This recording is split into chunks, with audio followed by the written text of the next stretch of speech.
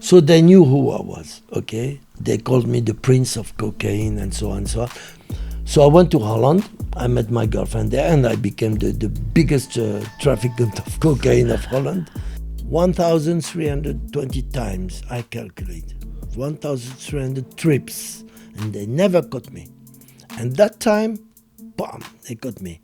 3 years they gave me.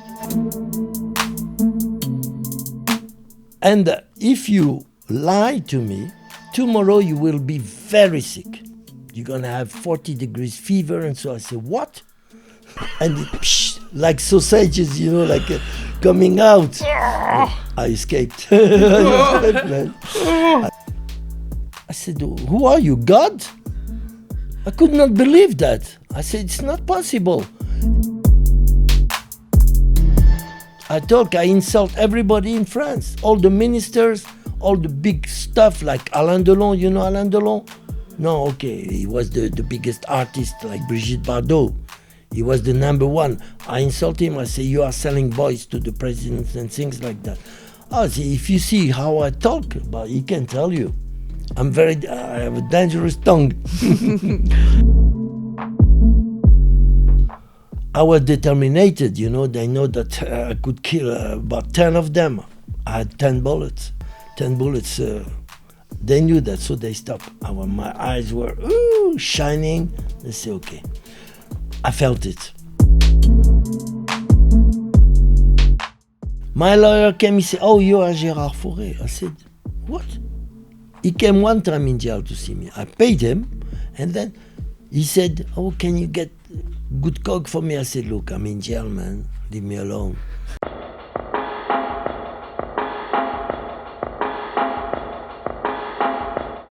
What are we going to do about these hackers, Jen?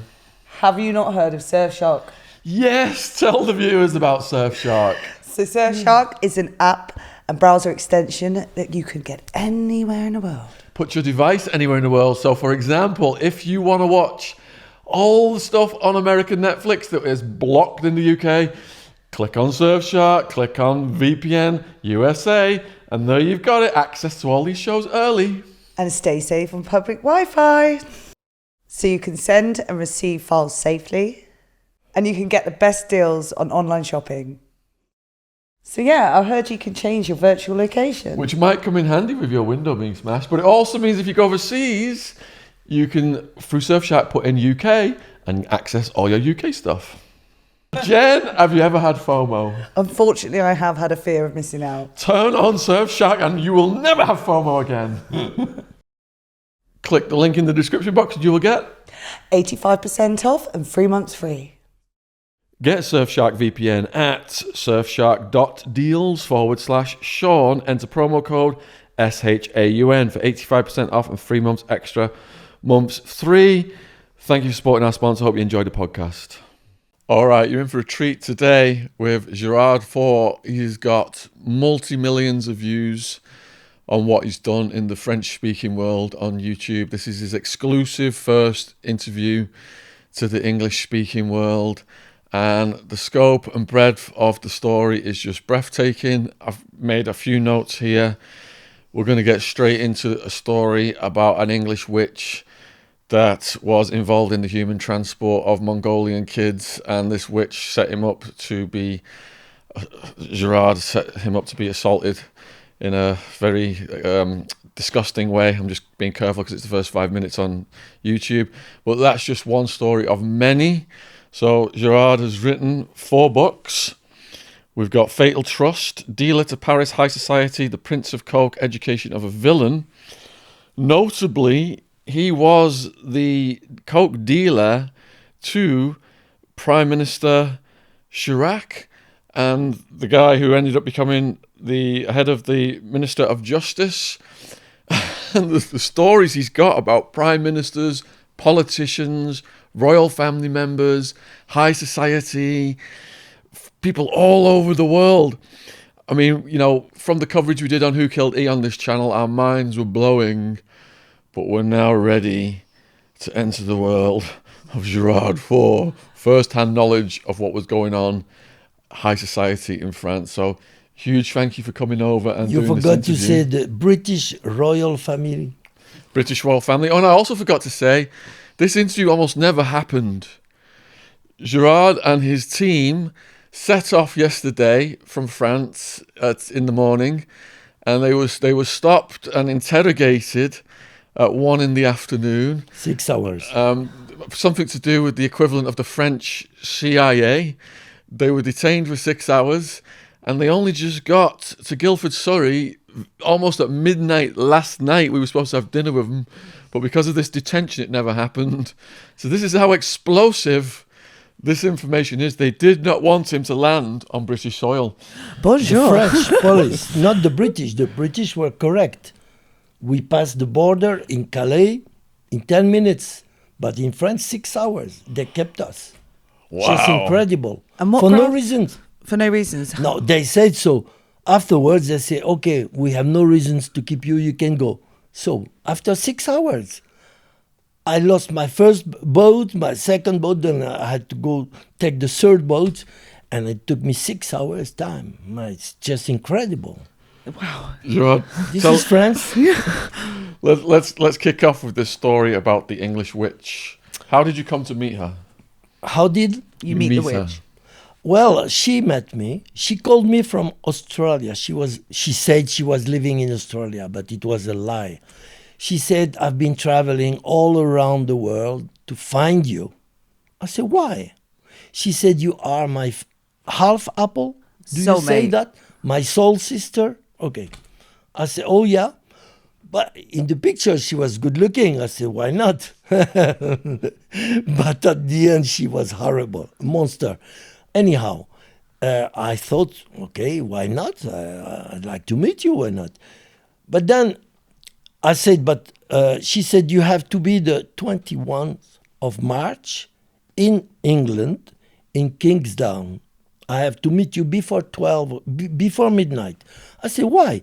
She said, we have to meet each other, and then we will become, how do you say that in English? Like ghost? I don't know. And then we will meet the nirvana. You know what is the nirvana? The paradise. Nirvana. So you're going to Nirvana. fuse together and explode into this nirvana state. Exactly. Yes. Well, I believed it because I believe in those things. Okay. I said, listen, 21 of March, it will be possible. But I have, for the moment, I have to go to Spain. I have things to do. I have business going on there. She said, okay, but I watch you. I said, oh, you watch me how? She said, you are under surveillance. I can't believe that. I said, oh. She said, you will see. Okay. I saw. I saw. What happened? Okay, I go to Spain, that's all, and the 16th of March, like that, she calls me, she said, are you ready to come? I said, yeah, okay. I wanted to see the end of the story. I mean, I was interested, it was so funny, such a thing, it's okay. And then, okay, I take my car because I never take a boat or what you call a plane. Then I come by car. Okay, I take my car and I stop in Benidorm. Everybody knows Benidorm in Spain. Because I had an ex-girlfriend there, I wanted to see her and so. I said, listen, I'm going to stop in Benidorm for one night for business. She said, oh, business, okay. Then I arrived in Benidorm and I took a room in a hotel where I used to go. Very nice hotel in front of the sea, just at 10 meters from the sea. There was just a small road passing in the middle. Now, then I stop in that hotel. They know me there, and so they know I like to take a room 105 because it's just in front of the sea and so on. So I take the room. I go in the bedroom, and then she calls me. She said, "Oh, thank you for putting me in the room 105.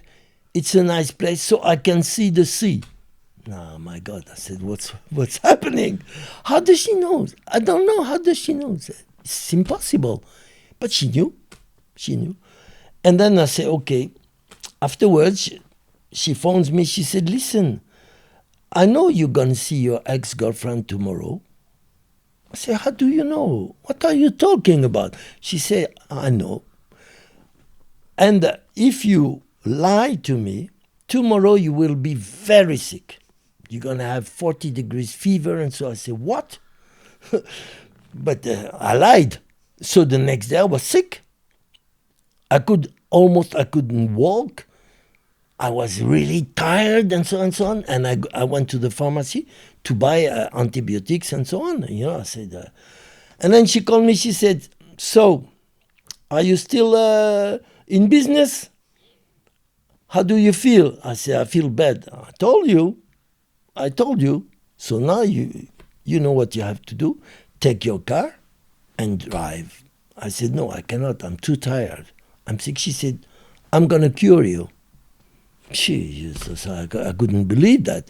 You're going to cure me. You are in England and you're going to cure me. Because afterwards, at the beginning, she said she was calling me from Australia. And afterwards, she said, well, I want to take a house in Kingston. And so you can join me in England. Okay. So I said, you want me to drive like that? I cannot. She said, I'm going to send you energy. I swear to God, 10 minutes later, I was the Hulk. Full of energy. I take my car and I drive. I come by the French customs. When I come by a custom, I'm not always, I don't feel fine. I don't know if you know what I mean, but because I have had a lot of problems with French customs, you know. I still have to pay them 30,000 euros, fines and things like that, you know. So, in fact, when I come, you know, I don't know what happens. Maybe they can seize me, put me in jail. No. 5 minutes before I arrive by the French customs, she calls me, she say, drive. Don't worry about the customs. Everything is okay. You can drive. Incredible. She knew. I drive, no customs, nothing. I drive direction Lyon, and I have a friend living in Lyon. He was helping me to write my first book, The Fatal Trust. So I wanted to sleep in Lyon, but I could not because suddenly, with a storm, you don't believe that. Stormy weather, wind, rain. I had to stop. I saw a gasoline station. I stopped there. She said, why do you stop? I said, well, you should know. You know everything. Yeah, I said, you should know. She said, I know, but you cannot stop. You have to drive. I said, no, I'm tired. I was really tired, you know. The effect of what she sent me, the energy that she sent me in Spain was over. So I needed some more. And I had my telephone in my hands, you know. And suddenly my telephone jumped out of my hands. I swear to God, it's true. Like that, it was blue, totally blue. I threw it on my car, you know, on the ground. And then she said, okay, now you can drive. And suddenly I was against the Hulk. I drove again, like that. Like the Hulk, the Incredible Hulk. I arrived in Lyon. I sleep in my friend's house. And the next day, I take the car. I go to Versailles, Paris, where I live. When I arrived in Versailles, I said, okay. She said, I know you are in Versailles, okay? Take a rest, okay? The 21 of March, in the morning, you take your car, you come to Calais, and then you come to England. I said, okay. So I had about 2-3 days rest I needed. 21 of March, she calls me in the morning. She said, okay, wake up. I wait for you. She said, you have to be in England before 12 o'clock, before midnight. I said, okay. I arrive in Calais, strike. No boats. I call her, I say, look, I cannot come. There are no boats. She said, I know, but at 9:30, I will do it for you. You will have a boat. I said, who are you, God? I could not believe that. I said, it's not possible. Everywhere. They told me everywhere, no boat. Strike, total strike. And you said at 9:30 there will be a boat. And there was a boat. I took the boat. Just incredible. I arrived in England at about 11 in the night, 11 o'clock. And I say, okay, I'm here. She say, okay, you take the road. In 1 hour, you will, even 3/4 of an hour. It was not far from Dover. And then I say, okay, I drive, and there were works on the road. I couldn't drive. I had to turn, take deviations, this and that. I said, no, it's not possible. I will not be there at 12 o'clock. She said, do your best. Okay, I did my best. And then I saw deviation everywhere. I called her. She said, where are you? I said, I am in, I don't remember, a village there somewhere. I don't remember the name. And I don't want to remember the name. No, not anymore. She said, okay, you drive, I drive, you drive, direction Kingsdown, and I drive, we meet on the road. Okay, we met on the road, but we almost crushed each other because I was driving the French way on the right side, and she was on the left side. We almost crashed. In the nighttime, we stop, boom! And she gets out of the car. She said, hello, Gerard, it's me. I said, my God. I wanted to take the car and go back, but I was afraid. I said, that woman Did she look is like very pictures? dangerous. She was horrible. She sent me pictures of her. She was so good looking. But when I saw her, she was dressed like a monk, you know, with a long, how do you call I don't know. A robe. Like a man. She was dressed like a man. And the face was like, oh, you know the Shrek? The Shrek? Shrek. The wife of the Shrek. Wife of Shrek. The wife's Fiona. the same face. The same face. Horrible. A monster. Plus that, I said, what's that? My God, I can't believe that. And I could not escape. I could not go back. Too late. Okay. She said, follow me. I follow. We arrived by a manor. How you call it? A manor? Manor house, yes. Yeah. Very big. She had a very big property. At the entrance, you had two skeletons, met kind of spade, something like that. No. Oh, you on about the Grim Reaper? Hallebarde, we call that in French, hallebarde. Yeah, with the I can't remember, the Yeah, stuff. two of them. I say, oh, that's great. My God. Good sign. Skeletons. Horrible. I come inside of the house. We come by the kitchen, directly by the kitchen. She was preparing some food, but I didn't eat. Oh, no. I was afraid she put some poison or something like that. Her son, 11 years old, spoke a little bit French. You know, he said, oh, you are the French asshole. Yeah. You are the French asshole. I look at him, I say, what did you say? He said, yeah, I said you are an asshole, French. I said, oh, great. And she was laughing. She did not say, hey, take it easy. The young boy had the face. Man, you don't believe it. Blue eyes, horrible. He was a monster. A little demon, a devil. It's horrible. I look at him, I say, huh? I said, no, thank you. I said, I brought you some eggs, you know, for it was, how you call that feast? Pack. Easter egg. Yeah. Chocolate egg. Yeah, you have chocolate eggs and things like that. Yeah, Okay. Easter. I brought him.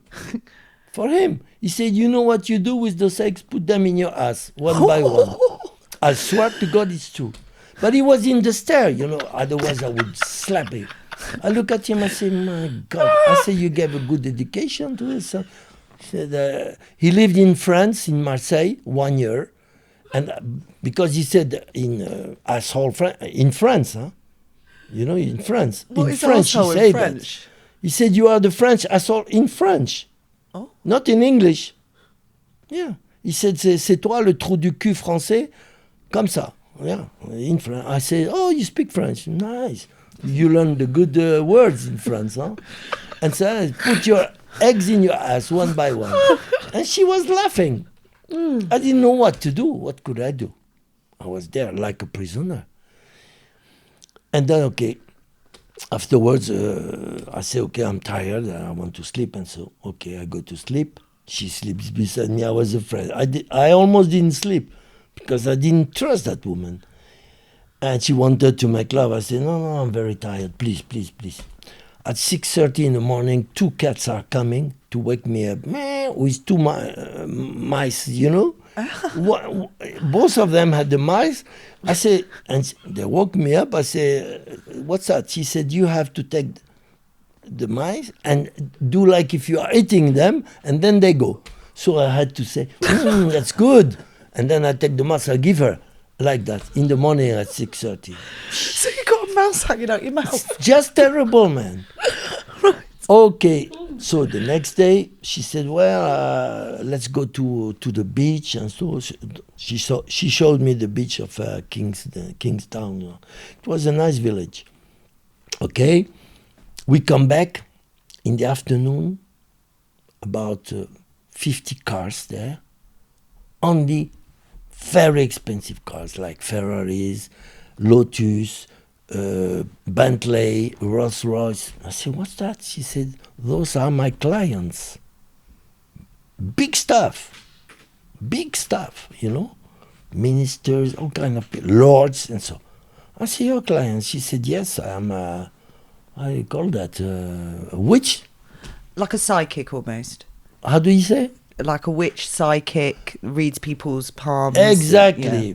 But they were coming for something else. I will tell you. So I was, how do you say that?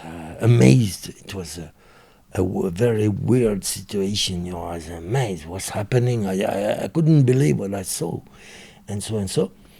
And in the afternoon, she asked me to take a bath with her. I did not. I said, no, I don't want to take a bath. I never take a bath. I take a shower and so. She went in the bath, and she had sex things, you know, like Dildo. How do you call dildo? Dildo. Dildo, yeah, big ones, very big ones. And she did, you know, she masturbated. She said, help me. I said, what? Help me do that? I said, man, maybe dildos like that. Dildos like that. I said, what? And you want me to make love with you afterwards? I don't have such a prick. I'm sorry. Wow. It's horrible. I said, what's that? Brilliant. She said, oh, please, help me. Okay. I said, okay, I help you like that. But afterwards, I don't want to make love with you. I'm sorry. She said, yeah, you will. I said, no, I'm too tired. Leave me alone. Okay. It's horrible. What I saw is horrible. The bathroom was full of those things, you know, all those old colors, all sizes. I said, man, this is just incredible. Okay, I stayed a few days. I had to make love with her, of course, because but I wanted to give back to vomit with her. In the bed. It's horrible. I think I've been through terrible situation in my life, but that one was up there. Just incredible. Okay, after 3-4 days, I was trying to understand what was happening in that house, why all those men were coming there, and women too, but few women, but many, 90% were men, old men, of course, and then. One night I hear crying, shouting, voices, all that. And she was sleeping because she was taking sleeping pills, you know. It's a chance. Oof. And she was sleeping. I stand up and I go downstairs. And what do I see? Mongolian people in the caves, you know, downstairs, really downstairs. Sort of in the basement. Basement, yeah. They were behind barrels. They were in cages. Like in prison, yeah. All of them. Mongolians, you know, Mongolians? Kids. You said that? Yeah. Kids, but Mongolian Mongolians. kids. She was getting those Mongolians from families. They were giving her, okay, legally, but she was selling them to all those clients. Oh. Can you imagine? So I said to her, I cannot stay here. She said, you stay here. I said, no, I cannot stay here. Okay, we will see. 2 days later, she goes to buy things. She said, you come with me. I said, no, I'm tired. I have to rest, please. I'm tired. Okay, I'll be back in 1.5 hours, 2 hours. I said, okay, I'll wait for you. And then comes that little boy, 11 years old. He says, so how are you, asshole? Bam! I gave him. I slapped him. I said, asshole. He fell down on the ground. He was almost knocked out, you know. Then I took my things. I went in my car and I escaped, you know. Then she wrote me, Gerard, with a interrogation point. What happened? Why did I? And afterwards I said, what? What happened? She said, why did you slap my son? I say, you don't know why? Tell me. He called me again, asshole and so. I said, what's wrong with him? I said, I got nervous. She said, okay, but come back. I said, okay, I come back. But I did not come back. I went to the hub. They were waiting for me there. But she didn't predict you going? Eh? Did she predict you going then? No. Protect me going? No, predict. She didn't know you were going to go. I know. As far as I know, she didn't know. Because she wanted to buy things and so on. She let me in the house like that. She thought I was afraid of her. And normally, she did enough, you know, to frighten me. She did more than enough. Another guy, but I'm hard-headed, you know. Another guy would be her prisoner. But no, not with me. So who was waiting for you? The customs and the police. Did somebody try to rape you before this in the house? No. Okay. Not in this house. Not in this house. That's a different story. It's a different story. Okay. No, nobody. They were coming for her. Yes. They did not even see me, those guys, but I saw them. Okay. That's the difference. No, nobody tried to rape me. No, it's a chance. They could have tried. Yeah. But I arrive in the harbor in Dover. Stop. They put on my car, how do you call that? Comment on dit un hibou? An owl. An owl. An owl. An Owl. owl. Owl. Yellow one, which means terrorist.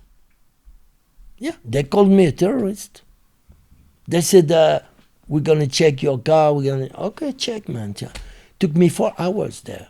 I'm not lucky with those customs, you know, Dover, Calais. Next time I take a plane, man, I tell you. I don't like the plane, but next time I will because it's too much. And then I said, what's wrong with you? They said, no, we got a phone call. You know, we got a phone call. They did not say who or what. And somebody said that you escaped and that you are a terrorist, and so now we have to check it out. I said, what, check it out? And then afterwards they let me go, take the boat. I arrived in France. He said, what happened to you, Gerard? You have to come back. You have to come back, you know, threatening me. I said, no, you're not going to threaten me anymore. Over, okay? And I took everything out of my telephone, everything, her address, her name. I didn't want to have any touch with her. Because I asked somebody there, he said, oh, you have to, everything has to disappear from your telephone and all those things, because if she has a little thing, she can grab you again. Wow, what a terrible story, man. What a story. So before we get to you being sentenced to 40 years in Spain and you escaping from prison, and Prime Minister Chirac changing the law to sentence you in France so you could get double digits in France, before we get to all that, where were you born? I born in Morocco. Okay. In Fez. That used to be the capital of Morocco before, and then the French people changed Fez, and the capital became Rabat. You know, but I born in Morocco. My father was French. He was a French military doctor. He has been also the director of the World Health Organization. He was also the director of the, comment on dit ça, merde.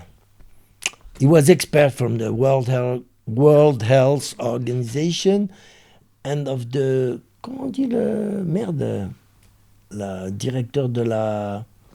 Comment on dit ça là? No, I don't remember. Okay, he was a very big man. He was the doctor of the King of Morocco. And I have a lot of story about that, but for the next podcast maybe, because I have so many things to say. Yeah. Yes, What was it like for you as a kid then, growing up in Morocco? What was it? Like Your growing up. childhood? Wonderful, because my father was one of the most famous men in Morocco. As a Frenchman, he has been a director of the sanitary controls of Casablanca.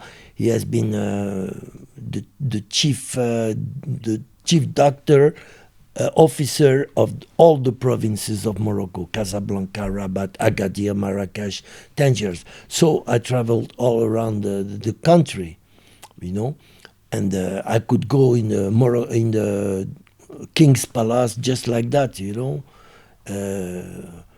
And that, but at the year of 5 years old, I was already a villain. I was doing terrible things. Like what? Like, for example, you know, we were living in front of a cemetery, and I was watching.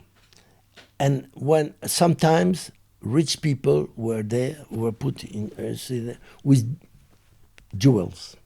In their And graves. in the night time, in the graves, yeah. In the night times, I was going with friends, Arabs friends or Berbers, to take take the people out and steal the jewel. For example, otherwise I was Grave robbing. I had a kind of punitive operations to punish people and to punish. I was wrong. My father told me you're wrong to do that, but I did it. You know, I was taxing them. I was threatening them, and I was blackmailing them, and I was beating them with my friends. They had to give me what they had: watches, clothes, everything. Especially people. But now I change. Of course, I'm not the same. It's a chance. It's a chance.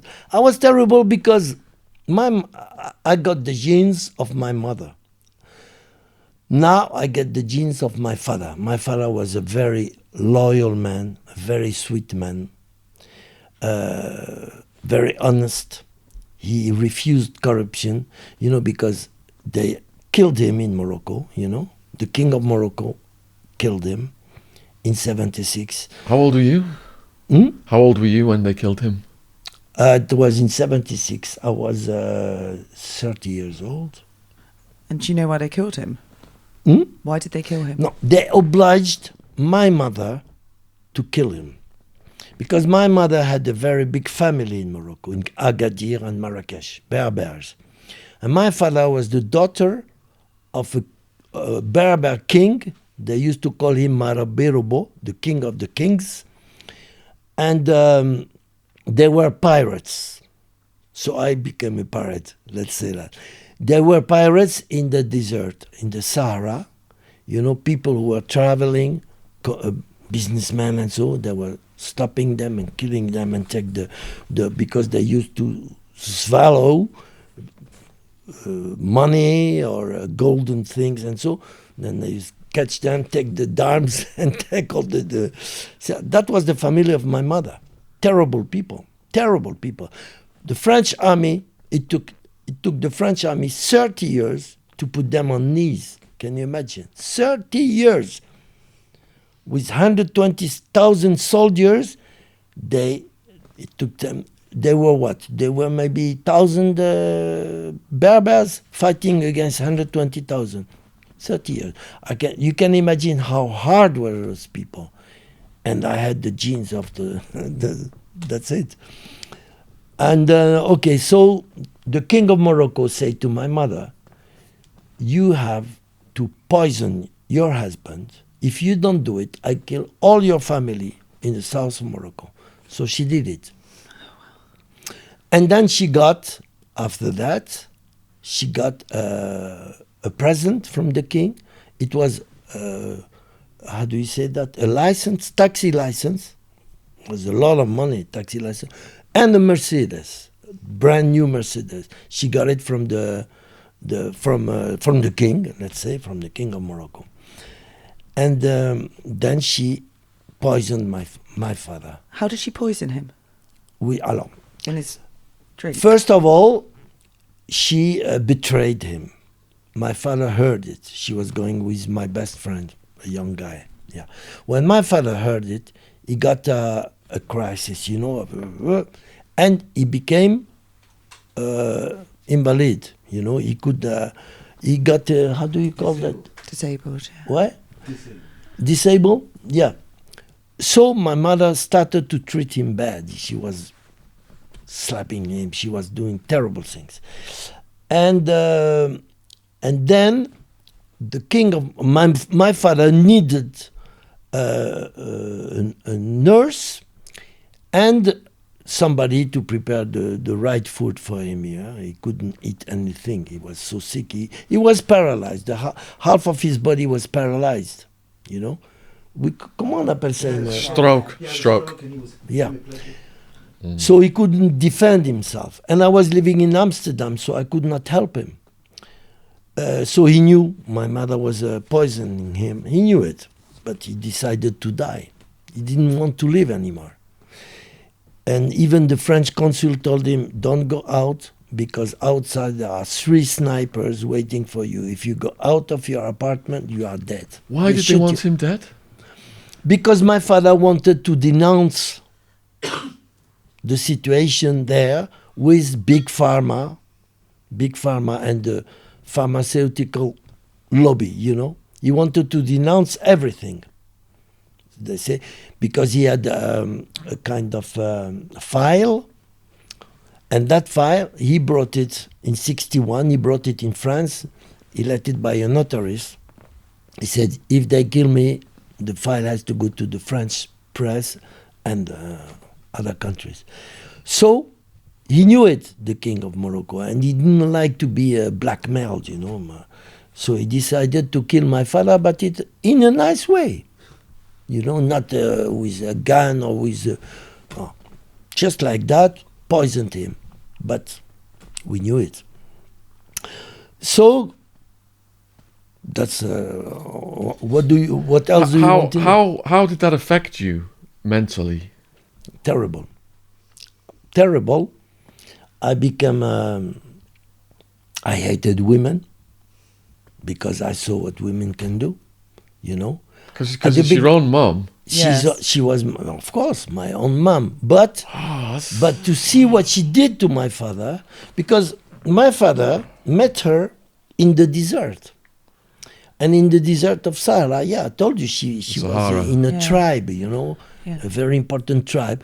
But when the French people made peace with those guys, with that tribe, that was 30 years later. They came in Morocco in 1905, okay? 1905. Yeah. And then it took them 30 years to put them on knees. So, in 1935, my father was sent in Morocco by the French government. And he was supposed to vaccinate, you say? Yes. To vaccinate people in the Sahara. And he did it. He was not afraid to go in the Sahara on camel or whatever. He learned Moroccan, Arabic, and Berbers to talk to people and so on and so on. And then he came to the village of my mother, the first village. They call it the door of the Sahara. He came there and he saw my mother. She was 11 years old and he fell in love. So my father was a kind of... But all the French people there were because they all married young girls from 10 to 12. They all married. Well, first, it was forbidden for the French people to marry indigenes, natives. It was forbidden for militaries. But my father did it, So they did not punish him, and they accepted, because he did it in a religious way. He married my mother when she was 11 years old. Can you imagine? I call him a... But he was not, because all of them were the same, They all married young girls. It was normal in that time. It was normal, okay. But my mother was, her father was a sort of king, but he was not rich because the French people took everything they had in possession, they took everything for them. So even the title, of king, over, to punish them, So my mother was poor when my father met her, But he came in the village to vaccinate them. She refused. She was like me, a rebel already. She refused. She escaped in the mountains, At the end of the vaccination, my father said to her father, he said, well, I didn't see your daughter. Where is she? She has to be vaccinated. He said, well, she's there upstairs in the mountain. You can go and find her. Okay, my father goes. And she was in a tree, shouting and crying because there were hyenas, hyenas? Yeah. Around. They wanted to eat my mother. So she saw that, those hyenas. So my father shot one, the hyenas escaped. And he said to my mother, okay, now you can come down. She said, no, bloody Frenchman, I don't want. But she was in love already with him. She told me afterwards. She was terrible. She had a character, horrible. And then she said, no, I prefer to die and be eaten by those hyenas than go with you, bloody Frenchman, and so on and so on. Okay? He said, okay, fine, thank you. I go, bye-bye. He went a little bit further, and then she started, and the hyenas came because they saw one hyena's dead, blood, and so the eyes were shining, and she got really afraid. Then she said, no, finally I prefer to go with the Frenchman than finish like that. So she started to shout again. She knew my father was hiding himself. And my father came back, he said, so now you understand? She said, okay, I go with you. They arrived in the village, and my father said to her father, he said, okay, you know what? I'm in love with your daughter. I want to marry her. I said, no way. I don't give my daughter to a Frenchman. He said, okay. He sent them to prison, a few weeks, the whole family. He said, well, you stay in jail until you change your mind. It took a few weeks, and he changed his mind. He said, okay, you can take my... Yeah, he said, okay, you can take my daughter, but be careful, treat her good. He said, don't worry. And then, but in that time, my father had a girlfriend already. He brought her from France, from Normandy, and she was pregnant. Yeah, but he knew that when he was going to work in the Sahara to vaccinate people, she was, let me say the dirty word, fucking with everybody. All the French militaries, in his back. So he knew it. Okay, she was pregnant. I have a half brother who is, I think, actually, at the moment, he's, I think so, ambassador of France in Japan. He has been also ambassador of France in Morocco. A very important man, but he's my half brother. She was pregnant. My father said, when he brought my mother, younger, she said, why do you bring that girl here? He said, I want to make her a slave, a domestic, I'm going to teach her how to cook. He did not tell her the truth. And when she was 15, my mother, because he was not allowed to marry her until 15 years, Okay, that was a law. A barbarian law and even a French law. When he was ready to marry my mother, he said to the Normandian girls, he said, okay, now you go back to France. I don't want to see you anymore. She didn't want to go. She stayed there and started to be a prostitute. Yeah, for money. Before she was doing for free, but afterwards for money. So my father tried to expel her out of Morocco. He did. And afterwards, we never heard about her. And then he married my mother, and then you can see I born. What was your first introduction to drugs? That was in 1972. First, I was living in Marbella. I was not using cocaine. I was doing with hashish.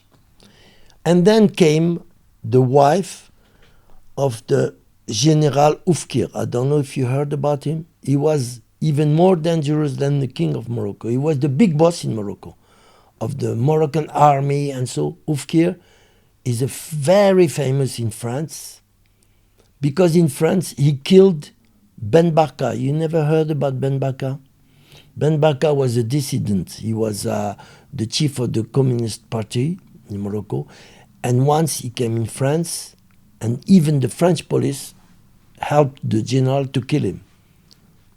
The General Oufkir was the most dangerous man in the world. He knows about him. Right? He's very, very famous. And the General Oufkir, I will talk about him later on with the royal family. You will see. Well, I slept with his wife. She was the most beautiful woman of Morocco, and she was in love with me. How did you meet her? She met me. She arranged it. Because she knew me. In Morocco, everybody knew me. She knew me, and she wanted to sleep with me. So she came in Marbella. She arranged a kind of meeting, and then she became my mistress, maîtresse. And she taught me how to take cocaine, you know. And I liked it because she had good coke. And afterwards she left, she went to Morocco, she went to jail. The king of Morocco gave her 25 years jail. When we wake up in the morning, we get out of bed and we start our day with Coro Snacks. Coro is a healthy snacks brand focusing on bringing additive-free, natural ingredients to their customers with fair prices in bulk packaging. They have everything from nut butters to free from baking ingredients to cooking essentials and, of course, the snacks. And the energy balls are delicious. They're my favourite, the salted pistachio. Ooh. Can't wait to have this morning. Let's see what this one tastes like. Cheers. Cheers. So what makes Coro special in comparison to others? Their bulk packaging allow them to offer their customers high quality products at a fair price. For a 5% discount on Coro's products, use the code TRUECRIME with no space in between true and crime. The link to Coro's online shop is in the description box on YouTube. Thanks for supporting our sponsor. It's a very famous story. He kept her in jail and the whole family. He killed the General Oufkir because he tried to putsch, a coup d'etat. He tried to kill the king. He did not succeed. And then we will come to the royal family afterwards. Yeah, he's involved in it. So at this point in your story then, prior to doing cocaine, did you have any trouble with the police? Were you ever arrested? Not in Spain. I went to, because I wanted coke, and in Spain it was not to find. You could not find it in Spain, nowhere. So I went to Holland, the paradise of cocaine. And I met a girl there, I married her, When the wife of the General Oufkir went to jail, I left Spain because they could also involve me in the putsch, And I didn't want to have troubles with the king of Morocco in that time. He was dangerous. He was a killer. Hassan II was a monster. So I went to Holland. I met my girlfriend there, and I became the biggest trafficant of cocaine of Holland. Overnight? How did that happen? How quickly? How did that happen? What do you mean? So going from just taking cocaine to becoming the biggest, I met describe the in between. It's a good question. I mean, I speak perfectly Spanish, of course. I lived almost 14 years in Spain. So in Spain, in Holland, I met South American people, I was buying from them and I was selling everywhere. Colombian people. Oh, not only Colombian, they have very good coke in Venezuela. Oh, yeah, Venezuela. One of the Ecuador, best. Yeah. In Peru, they have the best one. We call it Yeah. écaille de poisson, which is shining, Fish scale cocaine. Fish scale. fish scale, yeah. I've got that never. shine. That's the to best. it. That's the Got a one I shine was to it, selling yeah. to Gerard, the president of France. He loved it. Oh, Yeah. It's president, isn't it, in France, not prime minister. President Chirac. Yeah, he became president two Yeah, times. Yeah. Two times. Put that in the title. And President I have Chirac's cocktail. a funny story about Chirac. Go on. Because I can imagine that you want to hear the story.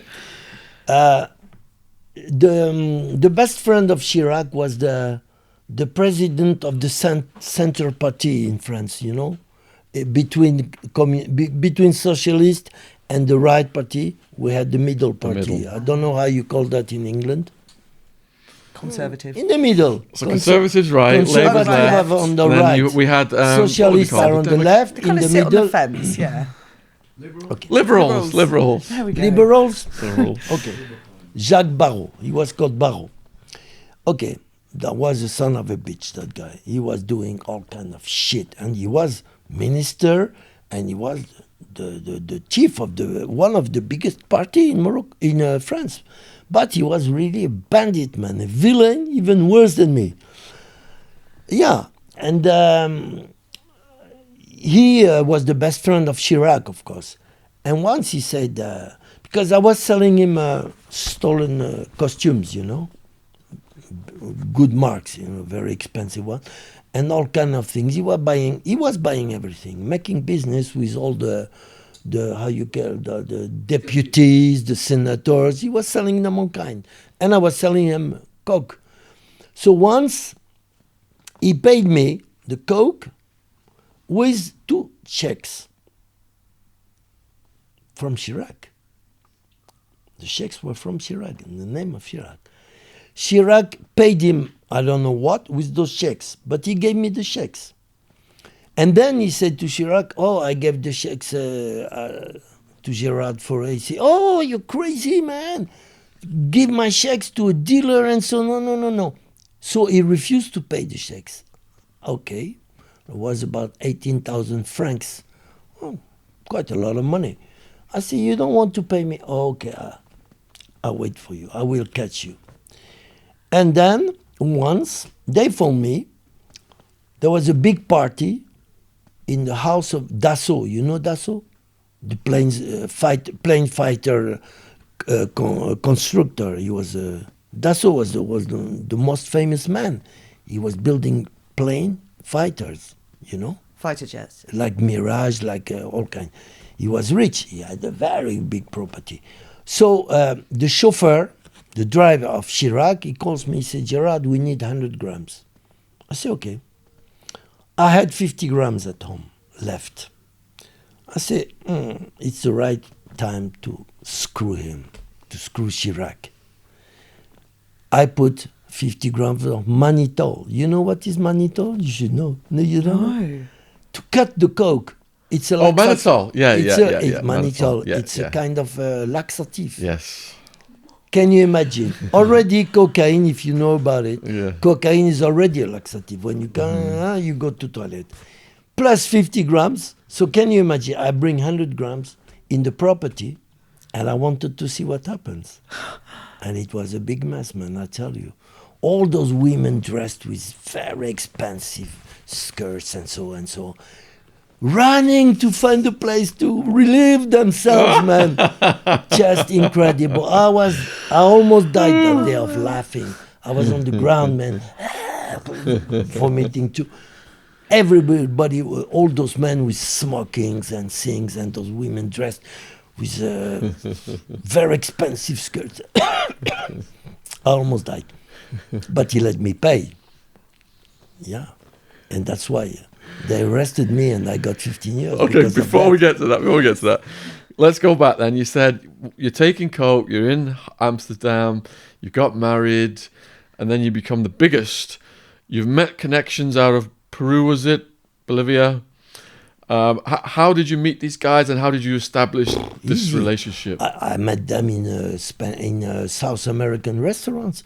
Everybody wanted to make business with me because I was very sympathetic, I was correct, and I spoke Spanish. They knew I was not a policeman, I was not working for the police. That was very important. You know, so they were, all of them, they were proposing me, you want the best coke, but okay. So I became the biggest dealer of Holland. Slow down. Yeah. They talk to you and they're all competing for your business. How did you get that first shipment? How did you get it back And how to much Europe? was the shipment? First shipment. I had nothing to do. The first shipment First shipment. Tell us that story. by ship. However you sent it back. But The first- what do the you first- call a shipment? That they quantity. send me Yeah, The coke. quantity. The first time you send the quantity back. In a bad way, man. Oh, come on, tell us. Very bad way. Tell us. In the stomach of dead babies. What? Yes, but I'm not ashamed of it because I went to Brazil, to the Jivaros, Indians. They were using dead babies as bibelots, as decoration. Yeah, they said we keep them at home. They, I don't know how they did to keep them almost. Mummification process. Mummified babies. Yeah, mummified. Mummified Yeah, babies. yeah. I said it in my book. They were coming in Holland with those babies full of cocaine, but they were dressed and they had things that that babies are using. Dummy. They were coming, okay, they passed like that, but afterwards I had to stop. And then the next How long did that work for? About 8 months. No 6 more. to 8 months. Yes, no more. And how much cocaine are you bringing? Do you remember the quantity? About 1 kilo per baby, something like that. Okay. But afterwards, I had a friend in Marbella. He had a big yacht, a big boat, and he was from the Italian mafia. That's the one they caught also with me for the 1,000 kilo of hash. I was associated to him. But he said to me, Gerard, you know South America? I said, yeah, very well. He said, what about using a snake, a boa? You know a boa? Boa Yeah. constrictor, yeah. Okay. A boa can eat a goat. A goat.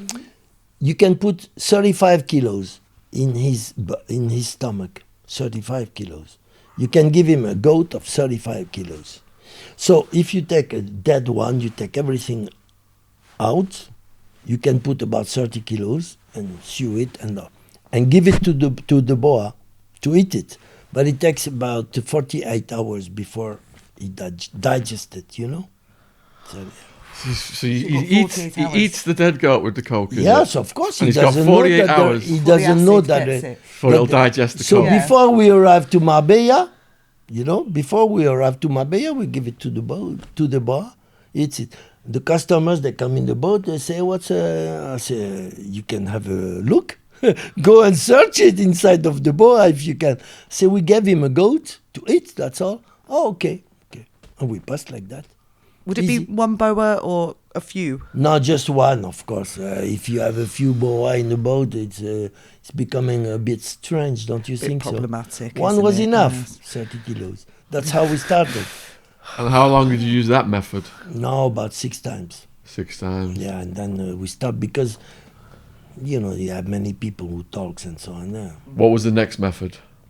The next, people, Eating it eating it. in the Yeah, plastic a condoms. lot of stories with that. Oh my God, it's terrible. Yeah, because they used to eat about 1 kilo, But sometimes it was a bit wrong, For example, one time a guy comes from Argentina with 1 kilo. But suddenly he goes out of the airport. It was easy in Schiphol in Holland, and the airport was easy. So he passed. Okay, I was waiting for him, and I say, "You take a cab to Amsterdam," and I follow the cab. Okay. We drive, and suddenly he says to the chauffeur, he says, "Stop! I have to shit. I can't stand anymore." And he goes in a field. And then suddenly comes 2 policemen with motors, and they stop. They see him shitting. Already it's forbidden what he does. And the taxi driver was waiting. And then one of them, he goes there, he said, "What are you doing?" He said, and he saw that it was not shit, it was cocaine going out. And I can remember the policeman, he took it like that, yeah! And like sausages, coming out. I escaped. Man. I escaped. Now that happened, of course. Many things happened with those things, you know. For example, they knew, because we had also enemies, of course, you know. When they knew that somebody was bringing coke, sometimes they were picking him up in the airport before us. The enemies. We could, yes, of course. We couldn't fight in the airport and so. They used to take him, you know. And they tried once. They brought one somewhere. They took everything. And then they put again coke with explosives inside. We didn't know, because that guy had to come alone, take a cab. We didn't wait for him anymore because it was becoming dangerous. When they caught that guy with the cab, you know, so they started to watch in the airport who was waiting for those guys, you know. So we said to them, okay, you come in Holland, you take a cab, and we see you in Amsterdam. Sorry, But did the explosive explode? Yeah, sure. But how do you say that? They had a kind of Detonator. detonator. But they almost killed us. Yeah, but the guy, when he came in the house, in the address that we gave him, there was many floors. They pushed the detonator on the first floor, and we were on the third floor. So he did not. The guys died, of course. What did you think when that was going on? What? What was going through your head when that was going on? I don't understand. What was your reaction? To the explosion? No reaction. I was expecting all kind of things from those guys, man. I said, no, that's a new way to fight. You know, they were trying all kind of things. What other things? What other things? No, just that they were catching people also in South America before they take the plane, you know. For example, I say, oh, you come with us, kill him, of course, take the coke and all kind of things. So this was the rival mafia, was it? A different mafia? Yes, of course. Yeah. Different mafias, of course. Especially mafia coming from Argentina. Those were big bastards, you know. They did not respect anything. Argentinian people. They didn't. But they had spies everywhere. What years was this? In the 70s? No. In the 70s until 83. Because they had a lot of Nazis, didn't they, in Argentina?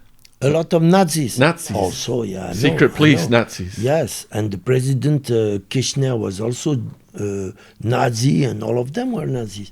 Yeah. They said that Hitler escaped in Argentina or Chile. I don't know. But those people are terrible, man. They did not respect anything, any rules.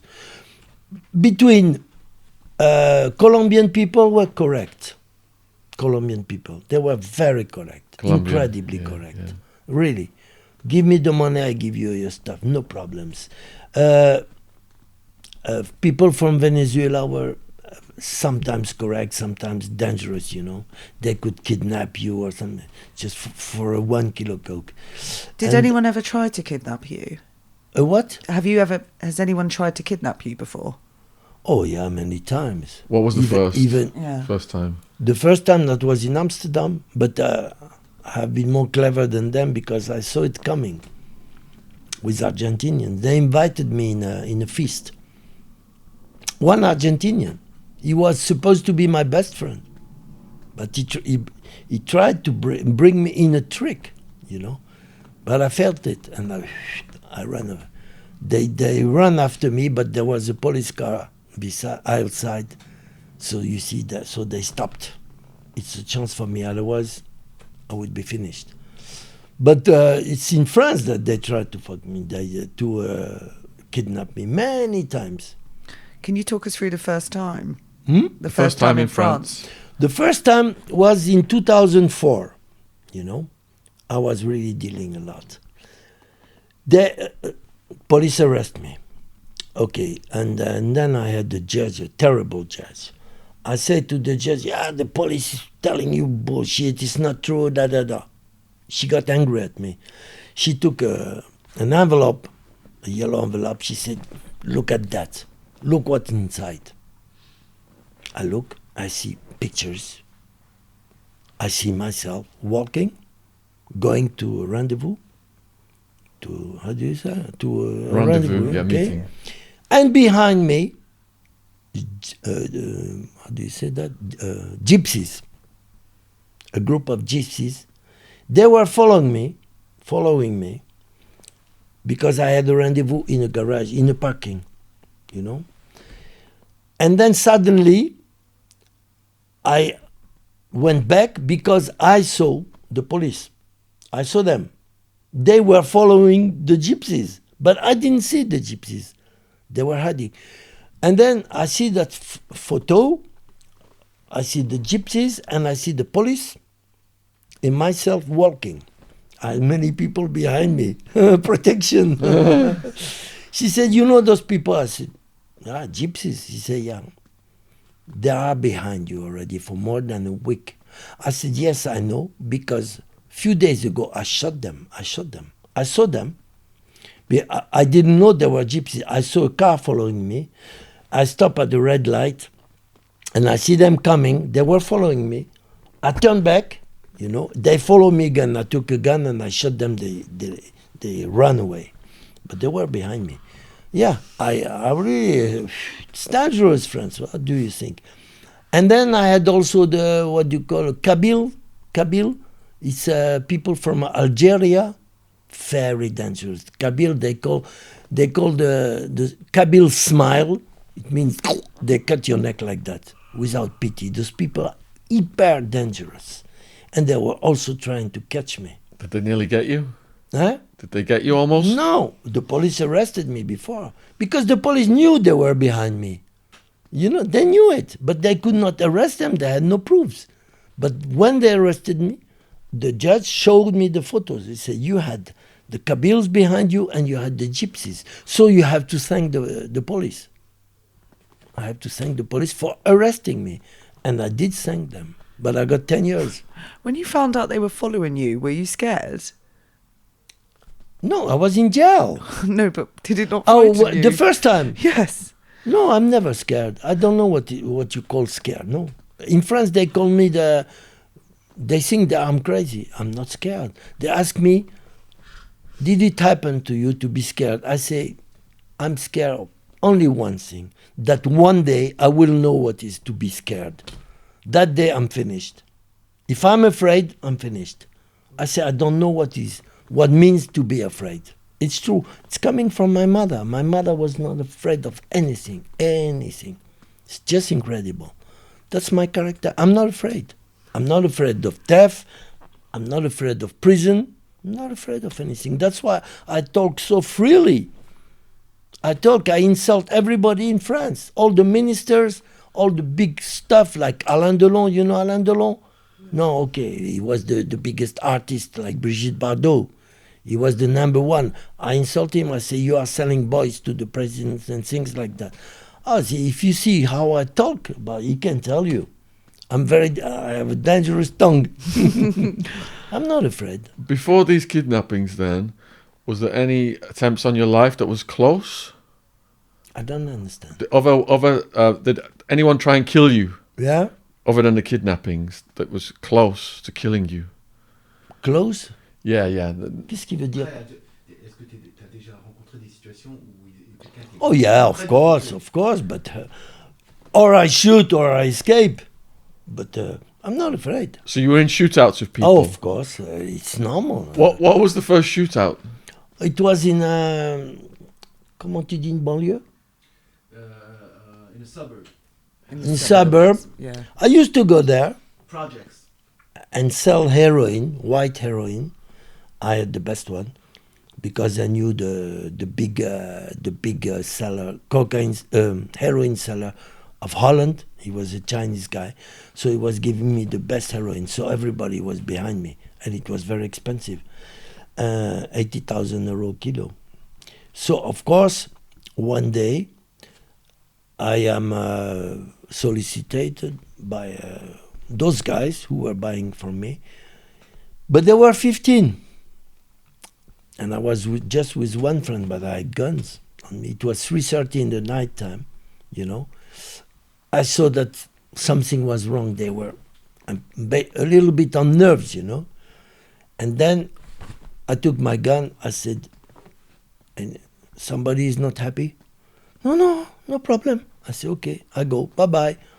But they were already ready to attack me. I could see it. They had knives, they had guns too, but I was determined, you know. They know that I could kill about 10 of them. I had 10 bullets. 10 bullets. They knew that, so they stopped. My eyes were shining. They say, okay. I felt it. But, yeah, another time too, but it was with false money, you know. Same thing. But then I ran with a friend of mine, and he broke his knee, and so we escaped because there were too many. No, it happened many times. It's normal when you make business in France, and they know you have also you have always kilos of coke. Also, of course, they try to kill you or to kidnap you. It's normal.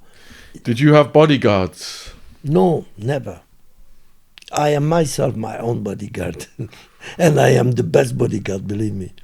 What gives you this sense of trouble before it happens? How are you so aware? I don't know. Of the trouble before it happens? I don't know. Wasn't that witch friend? I'm aware of everything. Even now, I'm aware of things. What is going to happen? For example, I'm like how do you say voyant? Psychic. Psychic. Comment tu dis? A psychic. A psychic. I predict things. I predict what's going to happen in France in October, and it's happening. What I said a few months ago, this is going to happen in France in August, in September, and in October. It's happening. I don't know what's happening. Everybody is amazed of what I say. I say things, they say, no. How do you know? I know. Because I said in a podcast, I said that before I made acquaintance with the devil, and I became his best friend. And now I'm his worst enemy, because I came back in the right side, you know. I'm against pedophiles. That is what I'm doing at the moment. I'm fighting against pedophiles, and I'm gonna have them all, because I have informations about people. I don't know where it's coming from. I swear to God, I don't know. I think maybe people will think that I'm crazy also. No, I'm not crazy at all. I'm sane, 100%. When I sleep, I get informations coming from where I don't know. I cannot explain. But I know that guy, I have to attack him. That. So the next one is the one who replaced Epstein in France. He's a very dangerous guy. He knows that I'm looking for him. He escaped from France. He's hiding in Thailand because he's afraid. He knows if I catch him, because he raped my wife and the son of my wife, 8 years old, in 1996 with 25 guys. He sold, he sold my wife. Okay, I explain you. Normally at the beginning I was his friend. We were friendly, okay? He had a hotel 5 stars in Paris, Champs-Élysées. Right? He was rich, but he had on that hotel, all above, he had young boys from 4 to 12 years. He was going to Brazil to pick them up with the mothers, and he had rooms for them. And he was selling those young boys to Arabs, you know, during 3, 4, 5 years. And then, when those young boys could not stand it anymore, he was selling them to Satanists to kill them. And afterwards, he was buying again the dead boys that he sold to the Satanists for the organs, to sell the organs to those Arabs. A monster. Yeah, it's horrible. I'm going to catch him. I know his name, and I have his picture. My next book will be half for him to explain what he did. And if the French police doesn't arrest him, I'm going to denounce them all, because he had many protections. But I sent already one. His biggest protection was a commissariat of police, in Paris, of the Champs-Élysées areas. He was protecting him. And that guy, I sent him to jail for 8 years. He got 8 years because I had proofs. But now I'm waiting for the others. And How did he capture your wife and child? That's a good question. I was sending him, he was my best client in cocaine in Paris. He was taking every week 500 grams. He was paying very good. So 2 kilos a month. Normally, I used to bring it myself to him. He was paying me. One day, I catch how you call it, disease, grippe. Comment tu dis la grippe déjà? Grippe. Hein? Sore throat, let's say sore Sore throat. throat, yeah. I had about 40 degrees temperature. I couldn't walk. I couldn't do anything. And he was waiting for me. He wanted the coke because in his hotel, he had only clients from Saudi Arabia, from Emiratis, that kind of people. And they were all buying from him 50 grams, 50. And then they were buying coke. They were making feast in his hotel with those young boys. Yeah? So he needed my coke, but I couldn't bring it. So he phoned me, he said, Gerard, what are you doing? I'm waiting for... I said, look, I cannot walk. I have to stay in bed. I have fever. And so he said, fine. Huh? The flu. The flu, yeah. Flu. And when I have the flu, man. I'm down. I have never been sick in my whole life, except the flu. That's my worst enemy. So I said, no, I'm sorry, I cannot come. He said, please find somebody. Please find somebody who brings it. I will pay him. So my girlfriend was a girl with guts also, really. She was not afraid. She was from Suriname. You know Suriname? Okay. She was Indian from Suriname. She said, I bring it. I said, yeah, I bring it. I take my child with me. He was 8 years old.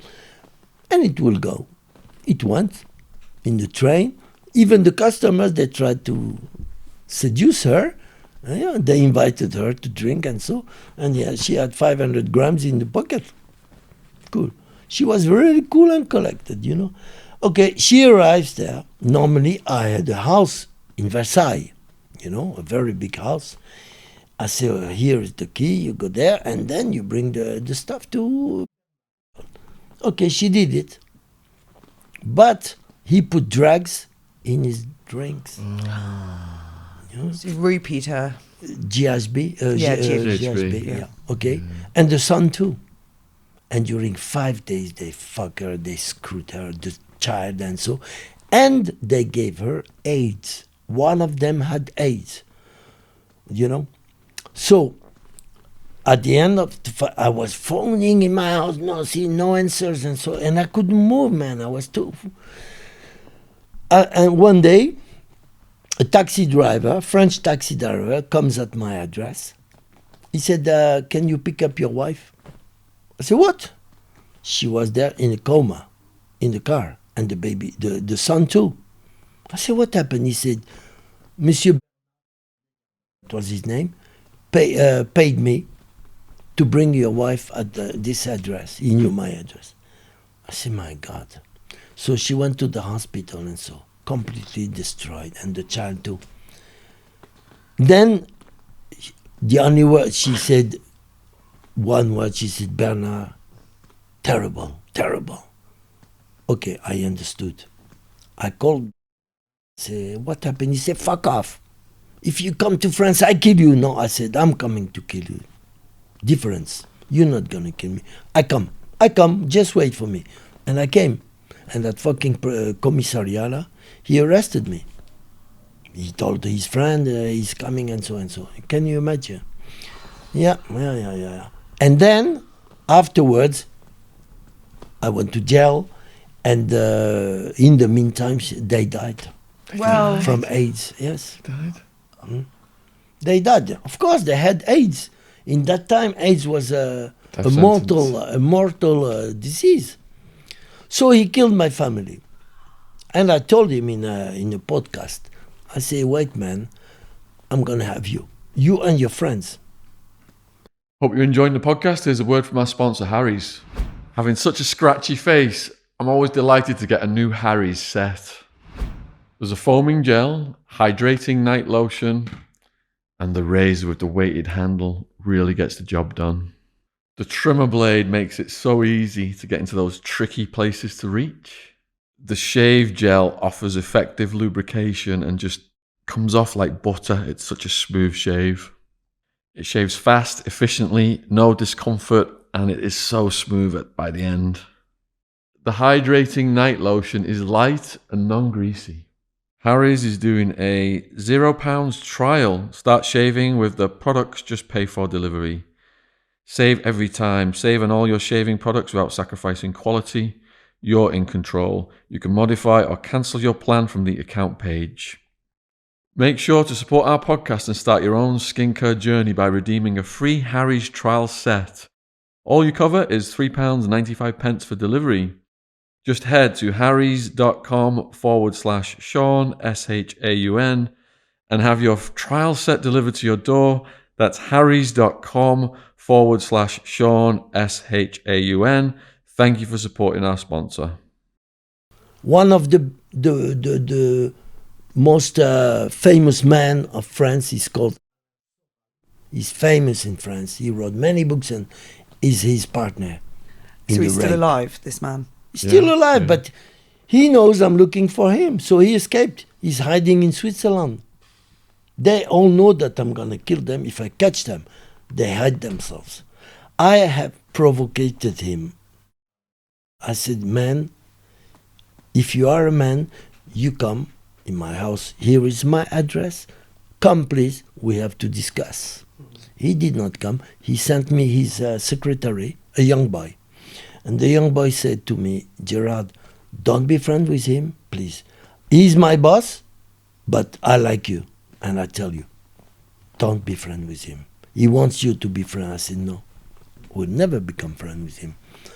I invited him. I said, we go in my parking, subterranean, and we have to discuss.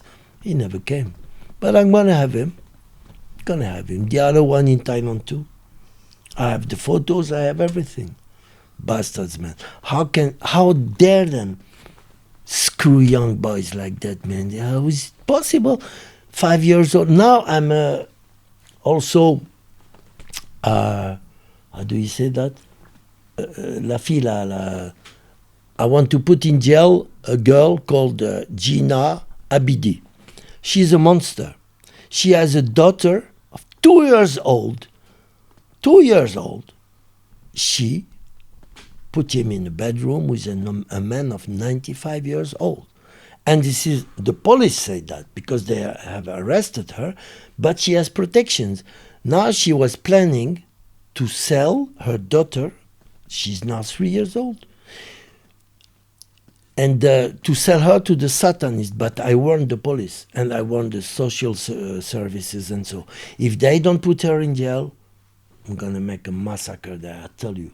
They better be careful with me or they kill me because she has protection, old pedophiles, judges, procurers, all kind, lawyers. I don't understand what is happening. Why? How can they make love with a baby of 3 years old? Where is the pleasure, man? It's not normal. It happens in France. And I'm going to make an international, believe me, podcast. Catch those people, man. I'm going to say, if you don't put that girl in jail, because I have all the proof. She has proofs. That girl was my friend before. Okay? I used to appreciate her because she's very intelligent, but I didn't know what she did. And a few weeks ago, I can send you the podcast. It's just incredible. I receive from who I don't know. I receive a podcast from her. You hear that she has kidnapped a man of 95 years old with her daughter. She was, she attracts people like that. During 3 years, she kept him at home with chains, and so she took him. She took 700,000 euro from him. She used to beat him. She did not give him food, and so the police went, arrested her. You know how much she got? 18 months jail. 18 months, and she appealed. Can you imagine 18 months for that? She treated that man like an animal, but at the beginning, the police said it. I don't say that. The daughter of 2 years old was sleeping with her. She put the daughter in her to attract him. Can you imagine? So before you got arrested then, there was some people that you'd met that you told me about earlier, including Mick Jagger. Oh, Mick Jagger, yeah, he's a nice guy. I like him very much. Okay, Mick Jagger, I met him at the beginning, when he first started. He used to go to Tangiers, and as far as I know, he used to rent a castle, and to go with his orchestra to train and so on and so on. He had a good time in Tangiers. One time he came with Bianca, his girlfriend, good-looking girl, and he came in a discotheque where I was every night there. And then he sung for us, because a friend of mine, Moroccan guy, Jimmy was called, he was speaking English perfectly. He learned by the American Library, and he knew Mick Jagger, so he asked Mick Jagger, please, can you sing for us? He did. But afterwards, he took all kind of drugs, alcohol. He couldn't walk anymore, and Bianca got rid of him. She was bored of it. Though suddenly, Bianca stands up. She put a glass almost in his face, like that, and she escapes. She goes up. She calls a taxi.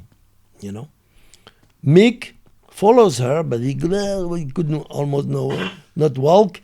He was on the stairs like that. He goes out, and just on time, the taxi was there. She goes in the taxi.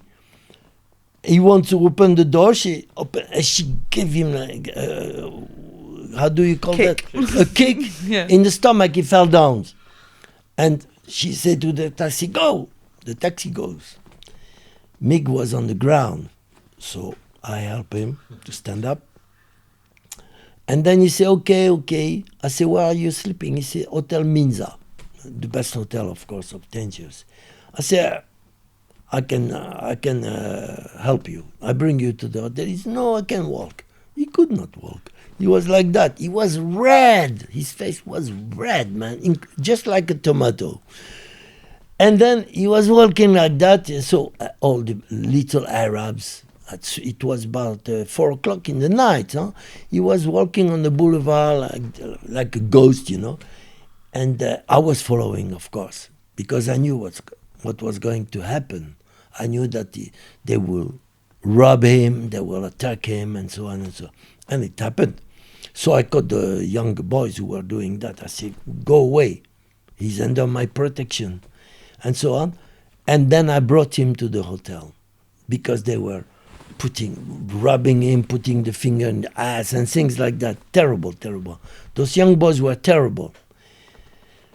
And then I brought him to his hotel. He said, oh, you're a nice guy. Thank you.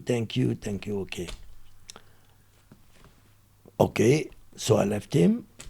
The next day, I see him in the boat because I was going to Spain. I take the boat to Malaga. Who was in there? Mick Jagger, with his Rolls green one, Britannic green, He was nice. He said, hey, man, how are you? Come and sit down with me. Okay, so we became good friends. And afterwards, I met him in Torremolinos. He said, well, can you give me the address of a good discotheque? I said, I'm working in the discotheque. Come. So he came there. He had a few friends there. I don't remember who was with him. 2 guys, probably the guys who were in the orchestra or something like that. I don't remember. I just remember him. So we had a good time in discotheque. He said, Gerard, you come in England, you call me. You call me, eh? Okay. And once I went to England, it was Carnaby Street, I think, the time of Carnaby Street. I went to see Robert Stigwood. You know who he is. Yeah, movie director Robert Stigwood. So you're still a fan of the Stones, I gotta ask? Hmm? You're still a massive fan of the Rolling Stones? He's still alive. Mick Jagger? No, I'm talking about Robert Stigwood. Yeah. Mick Jagger is a very nice guy. He spoke French with me. I was a decent guy, you know. He tried to be nice to me. I said, no, you can speak English. I don't care. It's not a problem. Okay. Then I met him again in the house of Robert Stigwood. Movie director. Yeah, movie director. He's the one who made the theater, like Jesus Christ Superstar, O Calcutta, and then the film Grease, Saturday Night Fever with Travolta.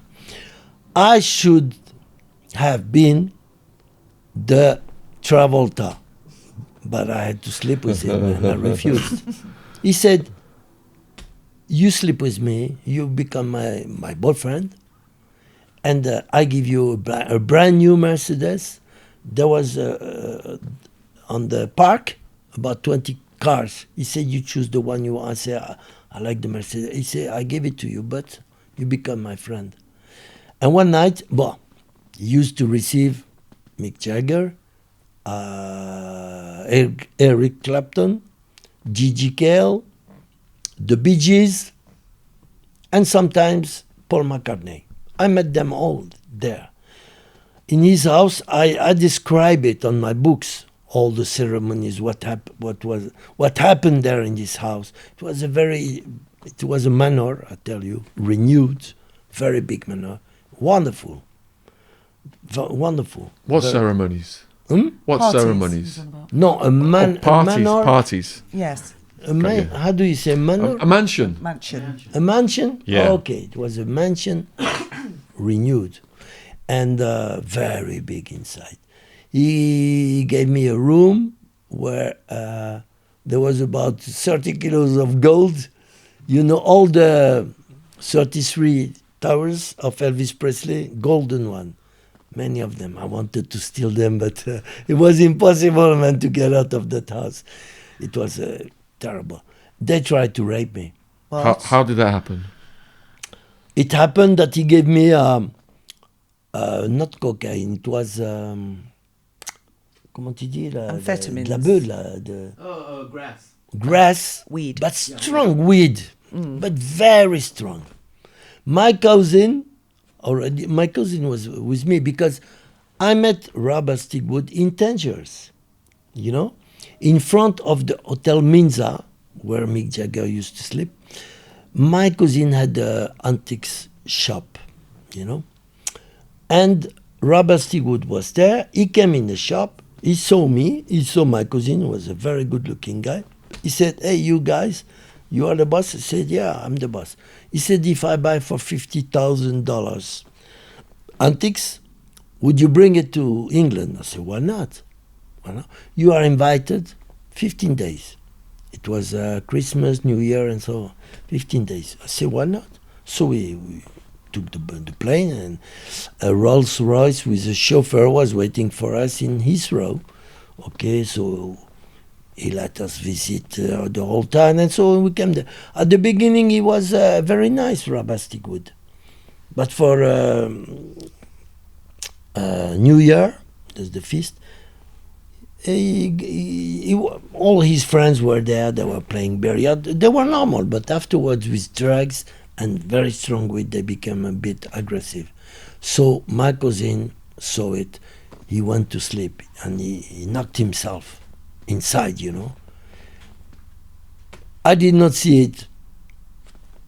At the same moment, I saw, why do you go to sleep? He said, I don't like the ambience, you know.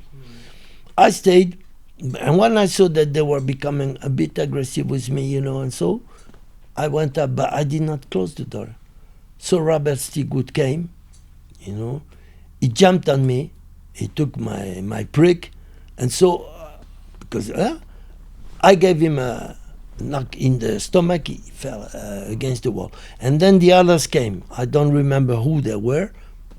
Maybe the Beaches and so, because it was dark, you know. So they came in the room, so I started to fight and beat them all.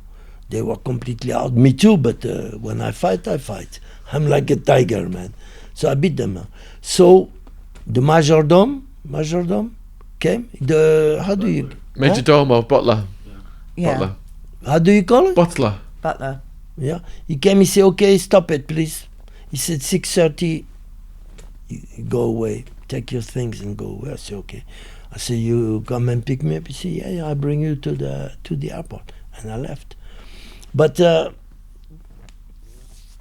Robert Stigwood was a nice guy, but when he uses drugs, it's horrible. Changes him. It's horrible. Voilà. He knew I was not homosexual, but he tried. He jumped on me, he tried to rape me. And those guys who were behind me, 2 guys, I don't know who they were. I don't know. I just beat them with my head. Boom! Yeah, that was my way of fighting. Boom! On the ground. Over. And it's a chance, otherwise they would have raped me, you know. Lucky. So I lost my job in the films and so. He said, if you become my boyfriend, I teach you how to dance and so you're going to be my first artist and so. Look, Travolta took my place. So I suppose that Travolta slept with him, of course. Yeah, so I don't care about him. Yeah. For me, he's a homosexual. So what? I don't care about homosexual. It's their lives. It's their sexuality. As long as they don't bother with me, okay, never mind. Everyone has his own sexuality. I have nothing to say. Who am I to criticize or to say, no, that's not good? Well, no. But don't try to rape me, man. So where did you go after you got on the plane? Where did you go from there? What? Where did you go next Next. after the Stigwood? I went back to my house in Paris. And then how did you get introduced to selling coke to politicians? I told you with that fucker, that Jacques Barrot, who was the who was the boss of the Centrum party. Centrum. He's the one who introduced me to Chirac and everybody. I was a good player in backgammon, you know.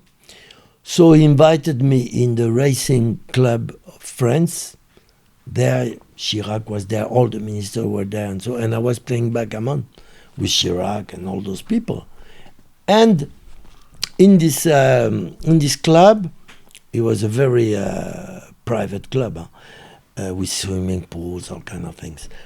I had 2 girls there working for me. I mean, they were selling coke for me because they had good. Everybody was using coke in France. Everybody is using coke. Did President Chirac snort cocaine in front of you? No, never. No, he never did. But he did snore a lot. He was. He goes to toilet when he want to snore, of course. No, I never saw him.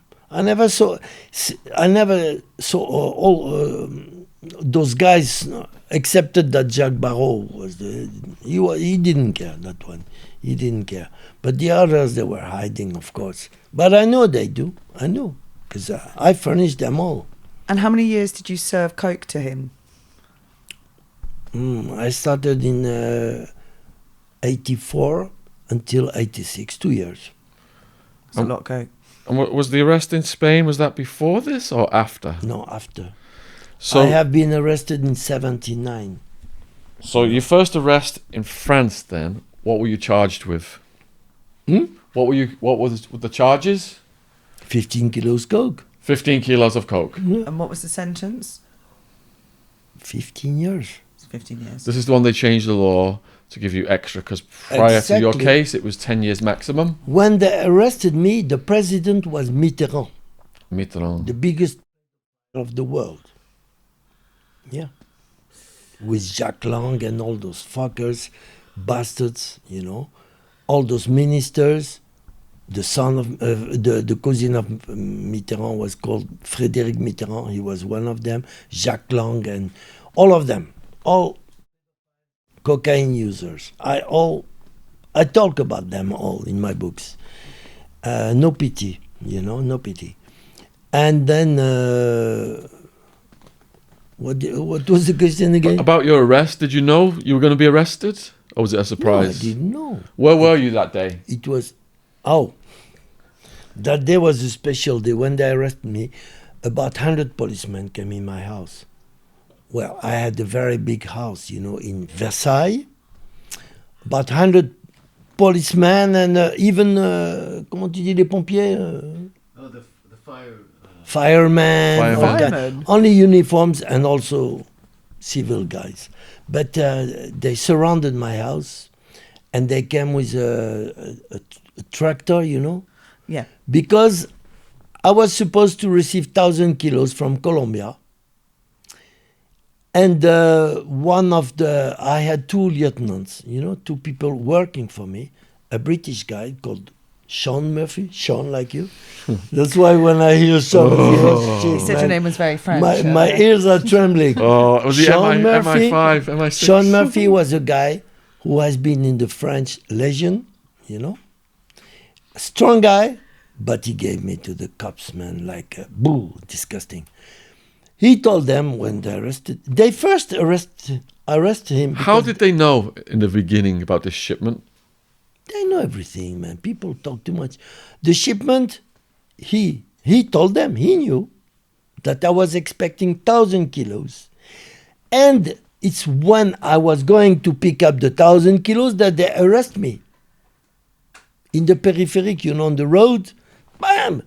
And then they brought me to my house. 100 people were there already checking, bam, bam, bam, bam. He gave me to the cops. Did you But have he a got gut 6 feeling? years, eh? I wanted to ask, because you said earlier you normally sense stuff. Did you have a gut feeling they were going to come for you? This was going to If happen? I had what? A gut feeling. You know, earlier you... Sentiment. Did no, you... no, not at all. No. Surprised. Completely. They caught me in the, comment tu dis périphérique? On the roundabout. The roundabout. Around Paris. You know, I was going to pick up. The Colombian called me, say you can come, it's here.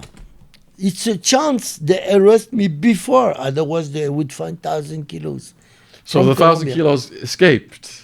The what? The cocaine escaped. The cocaine, they found it. Oh, they found it. Okay. But the police stole me 10 kilos. So my judge knew it. She said you have to pursue them. I said, okay. So the policeman who stole it went to jail. He got 4 years. Wow. And they found that he was, how do we say that? Corrupt. More than that. He had 3 girls working for him, prostitutes. The chief of the police. Pimping out ladies. Oh. Yeah. Can you imagine? He was corrupt.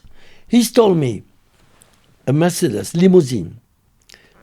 The British guy, he was Irish, in fact, Sean Murphy. He was driving that Mercedes. That Mercedes was mine. He was driving it. He was going to the airport to pick up rich people, artists like De Niro and Dolph Lundgren, all of that kind. He was proposing them my coke and prostitutes. Okay, that was almost a clean business now. Coke was not so clean. But okay. And then when the police arrested me, they first arrest him because they arrested me in July. And I wanted to stop for a while, you know, to pass my summer in Cannes. But Murphy came, he said, oh, Gerard, I need 500 grams for a Saudian. He pays good. And so I gave him 500 grams. And that asshole, he went to discotheque with 10 grams. He started to sniff, and so the police arrested him. They found about 8 grams in his pocket. They went in his house, and they found the 500 grams that I gave him. Where did you get that? He gave me. You know, can you imagine? Afterwards, the chief of police of Paris, most famous brigade, he said to Murphy, he said, listen, you are driving a nice car, I want it. So, we don't talk about the car, okay? We don't take it. It doesn't come in the file, okay? I will send my wife to your wife to get the papers and so on and so on. Okay, exchange. He said, and in 4 months' time you will be free. So he believed it. So he didn't talk about the car. Okay, it was a car of, let's say, 600,000 pounds. Wow. Yeah, very expensive. Brand new. And then he told the judge, he gave me to the cops, of course. When they caught 500 grams, he said, where did you get them? Gerard, okay. So he sent me the police. And he told them that I would receive 1,000 kilos. But it's a chance, because when they went in my house, they came with a tractor, tractor? Yeah. You said like that? Tractor. Because they thought that the hashish was under the earth, So they broke everything. My mother was there shouting, well, you are destroying my roses. We don't care. They stole 300,000 francs that I have hidden. They stole it. So he stole the car and 10 kilos coke. So the judge of instruction said, you have to attack him. And I did. He lost his job. He went 4 years in jail. And they caught the prostitutes against him. And now I don't know what he's doing. But he went to jail. So they arrested you, took you back to the house. What happened next? What do you mean? After the house? I went to jail. Okay, describe what they did. Did they try to interrogate you? Did you get a lawyer? What happened? They interrogate me. They beat me to death, man. I was full of blood, of course. They beat also Sean Murphy and another one, Malka, an Israeli guy. He was working for me. You should see. Even his mother could not recognize him. They put a head like that. Those bastards. So when they're beating you, what can you just go like this, or? He was taking my hair like that. The guy, the policeman was 1.90 meters. He was strong. He was taking me like that, Picking and then you he up put me like that, and with his feet, he was beating my feet so that I fall on the ground. And then bam, bam, oh my God. Terrible, terrible. So I said, that's why no pity, man. I said to the judge, because, okay, they arrest me with 15 kilos, but 10. I said to the judge, Madam, if, for example, they had caught me with more than that, what would happen? She said the same sentence. You get the maximum, okay? The maximum in the head of my judge was 10 years. She knew it was 10 years. I said, okay. Then I have to tell you something. I had 15 kilos in my house. She said, really? So put it on paper. I put it on paper. I say, they stole it. Okay? Just because he treated me bad. Otherwise, I would shut my mouth. If he had treated me correctly, I would say, okay, 10 kilos less, it's better for me. No, I didn't care. I say, even if I get 1 or 2 years more, but I get the maximum, I have nothing to lose. Can you imagine? Nothing to lose. So I said, they caught him. He was a proxy. Le mot en anglais, comment tu dis? A pimp, yeah. He was a pimp. The chief of police, he was a pimp. And when he arrested me, I said, listen, I don't understand. Okay, I'm selling drugs. Right, okay, it's forbidden. What about those pedophiles? I said, I saw you many times in a club called Adam's Club. It's for exchange, exchange your wife, your children, I said, I saw all those ministers there every night. And our best singer, Johnny Hallyday, you heard about him? He was there every night with other singers. They take cocaine like that in front of everybody. Why don't you arrest them? And those pedophiles, you see them with young boys of 12 years. They go in discotheque there in the Adam's Club. Why don't you arrest them? He said, we have orders from the president not to bother with pedophiles. And the president was Mitterrand. He said to the police, don't bother with those guys. Can you imagine? Our country is rotten with pedophiles. It's just incredible. Satanist pedophile. I suppose that it's the same in England. What jail did you go to? All of them. First one. I went to, the first one was Fleury-Mérogis, the biggest jail of Europe. The biggest. We have 5,000 people there. And did you have a cell, or was it a dormitory, or No, cell. Were you on your own? on your own, or cellmate? No, never on your own. Before it was not possible to be on your own. Never. No, but okay, I had good partners. But it was horrible. It was dirty, the dirty jail. Now they renewed it, it's okay. But it was horrible, man. Horrible. And the guards were all corrupt. So they knew who I was, okay? They called me the prince of cocaine and so on. So respect, you know what I mean, huh? When you come to jail, red carpet, you're welcome, everybody, Gerard, blah, blah. It's a chance. Because in that time, the guards were all corrupt, okay? And there you have big black guys, strong guys and Arabs. They were paying the guards to bring them victims to screw them in the douche, in the shower. We had no shower in the cells, so we had to go in a place. And there, a young guy who was coming there was shouting too much or being not very polite. So they say, okay, go to the shower. You have to. You go there, you go inside. The guards, they close the door. You come inside, you have all those big guys. They had like a cell in the douche, in the shower. You know, with big towels, hiding themselves and so. When you come inside, they say, hey, they let the soap on the ground. They Drop say, the soap. pick it up. Okay, you bend yourself, but then you have a prick in your eyes. You cannot stand up. They fuck you. They screw you. They catch you there. Everybody screws you. Everybody. That is the When true you meaning come of out what of you there, say. you can shout, you can complain. Nothing happens. The guards, they say, no, it's not true. Even if you have blood coming from your eyes or things like that. It was horrible. Could you hear the screams of those people? Of course. Everybody could hear the screams. So what? Corruption. Even the director. Everybody was corrupt because those guys who were screwing those victims, they were full of money. They were paying. Like now, a few weeks ago, they organized a racing with, comment on dit, là, ce qui s'est passé à Fresnes, là.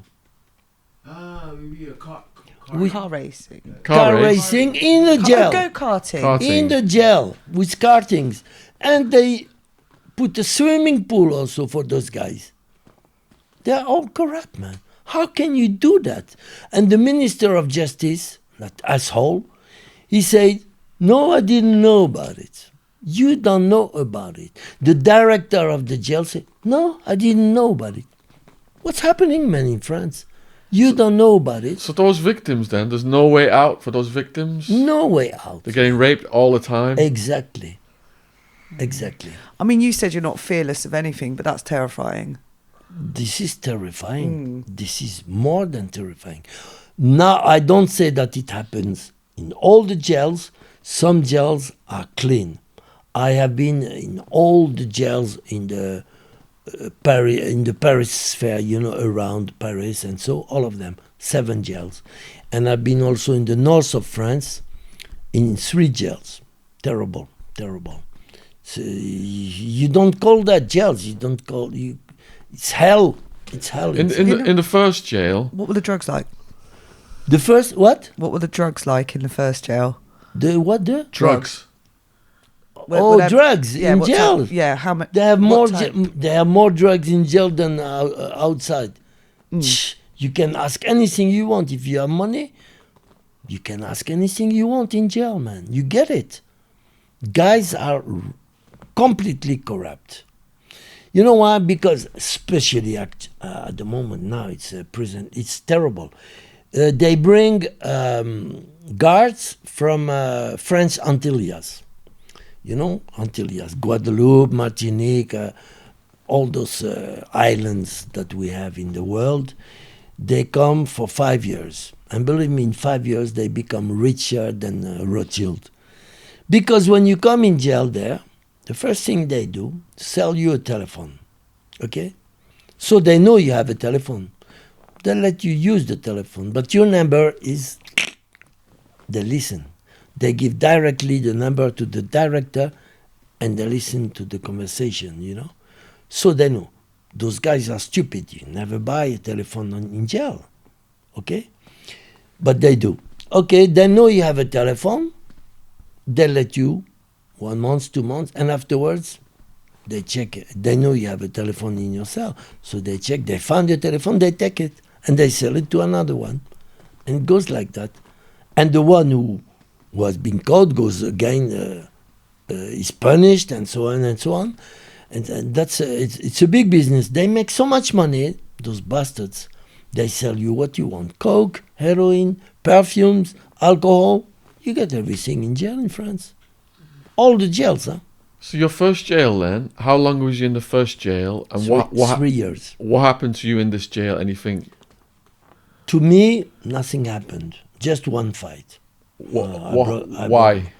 No, it was stupid. It was because I was not drinking alcohol, but alcohol was allowed, you know.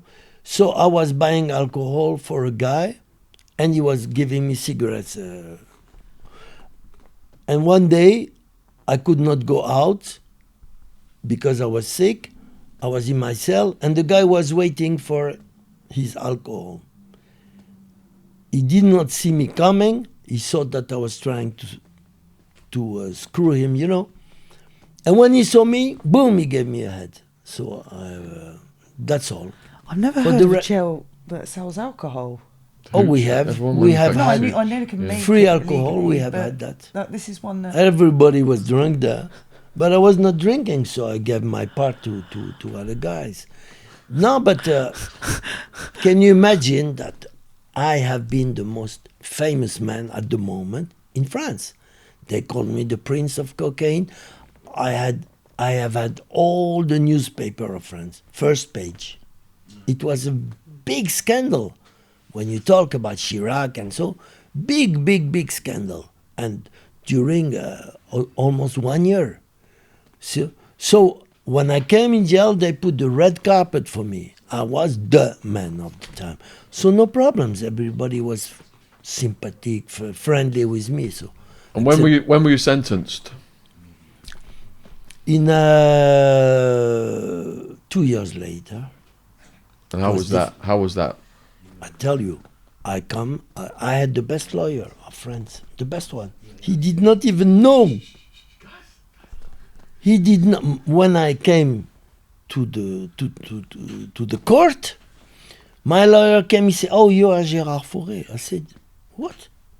He came one time in jail to see me. I paid him, and then he said, "Oh, can you get good coke for me?" I said, "Look, I'm in jail, man. Leave me alone." Oh, he did not come anymore. I saw him in court 2 years later. I said, "So?" He did not even recognize me. I swear to God, he said, "Oh, tell me about your story. Tell me about your, what have you done?" I said, "No, Jesus. You don't know who I am, yeah? I paid you." He said, "Oh, you did? Oh, yeah, okay." He was full of coke, man. He didn't know what he was. He said, "Listen, I'm going to improvise a defense." I said, "No, it's no use." I said, "Oh, what?" He said, "Anyhow, you are already sentenced. You're going to get 15 years. I said, "What?" I said, "But the maximum penalty is 10. He said, "No. The prosecutor will ask 20 years for you, and the judge is going to give you 15. And this is what happened. He did not even have to plead my case. No, nothing. That was France. And of course I appealed. I get 15 years. I said, it's not possible. Okay. A year later, I go in appeal. I had three lawyers, three bastards, really. I paid for nothing. It was a big mess. They talked about stupid things and so. And then the president said, okay, you have something to say? I said, yes, only one thing. They judged me with 20 years maximum. I said, when they arrested me, it was 10 years. He said, oh, okay. He said, and none of those lawyers saw it. I said, they are all donkeys here, like that. This is what I say, all donkeys. And I paid them for nothing. He laughed, he said, I understood you. And then I got 8 years, half of the sentence. He judged me on 10 years maximum, you see. So I got 8 plus 2 years for the customs, 10 years. Did you serve the full 10 years? No, of course not. 6 years and 3 months. What was the second jail you went to? The second jail was, then I was in Fleury-Mérogis. I went to another jail, but then I was sentenced. So it's kind of free jail, you know. I had a good time there. Afterwards, So why did you go to that jail? Because he was sentenced. What? Sentenced for what? It's coke. Oh, I thought this was a Once you are different sentenced, one. once you are sentenced, they send you to a free jail. You have the key of your cell, and you can be alone. Where I was an arrest. He was on remand and now he's sentenced. You know, So you that's went how to it goes in different- France. Yeah, so it's more like First, until you are sentenced, you are in a fucking jail. Let's call it a fucking jail. You don't have the key of your cell. They put you somebody, anyone, like that.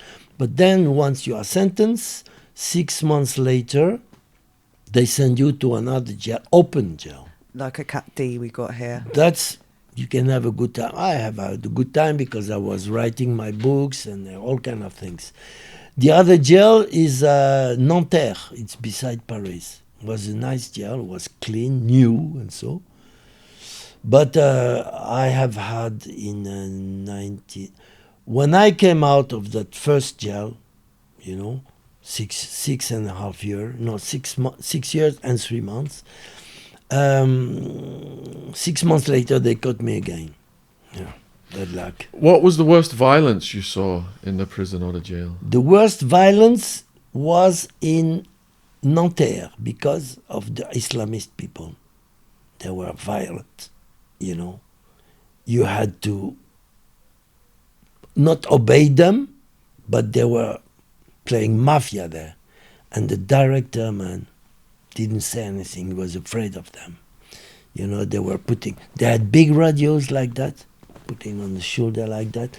And at 5 o'clock of the morning, you had to wake up because of the praying. Allah Akbar, and things like that. And you had to shut your mouth. They would break your neck. Those guys, they were making the law there.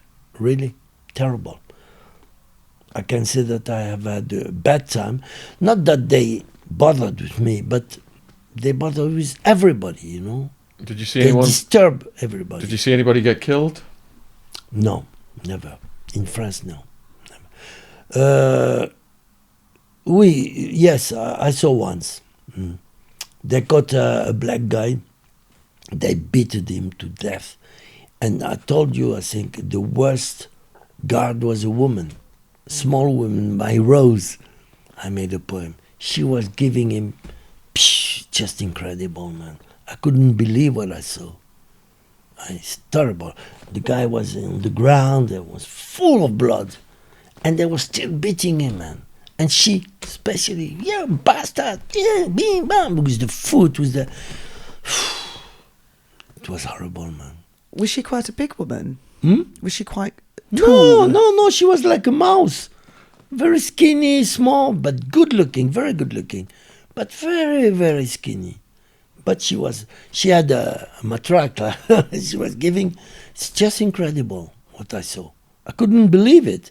You see people sometimes you say, oh, that's an angel. No, she was not an angel. With me, she was an angel. I have to say that. But with, I think she was racist. Did you hear of any of, saying she was a beautiful woman, did you hear of her having any relations with the other prisoners? Yes, of course. Okay. It happened. They caught a few women, but they were for money. Mm. Yeah, for money. Yeah, they caught. In Holland, it happened a lot. I have been in jail in Holland too, but that was a Mediterranean club. That was really, for me, good time. When they came to free me, I said, no, I want to stay.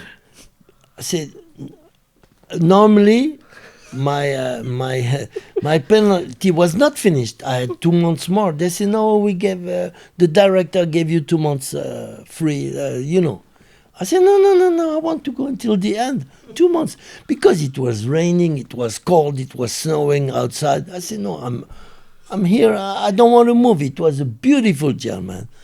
5 stars hotel. On TripAdvisor. We had everything there.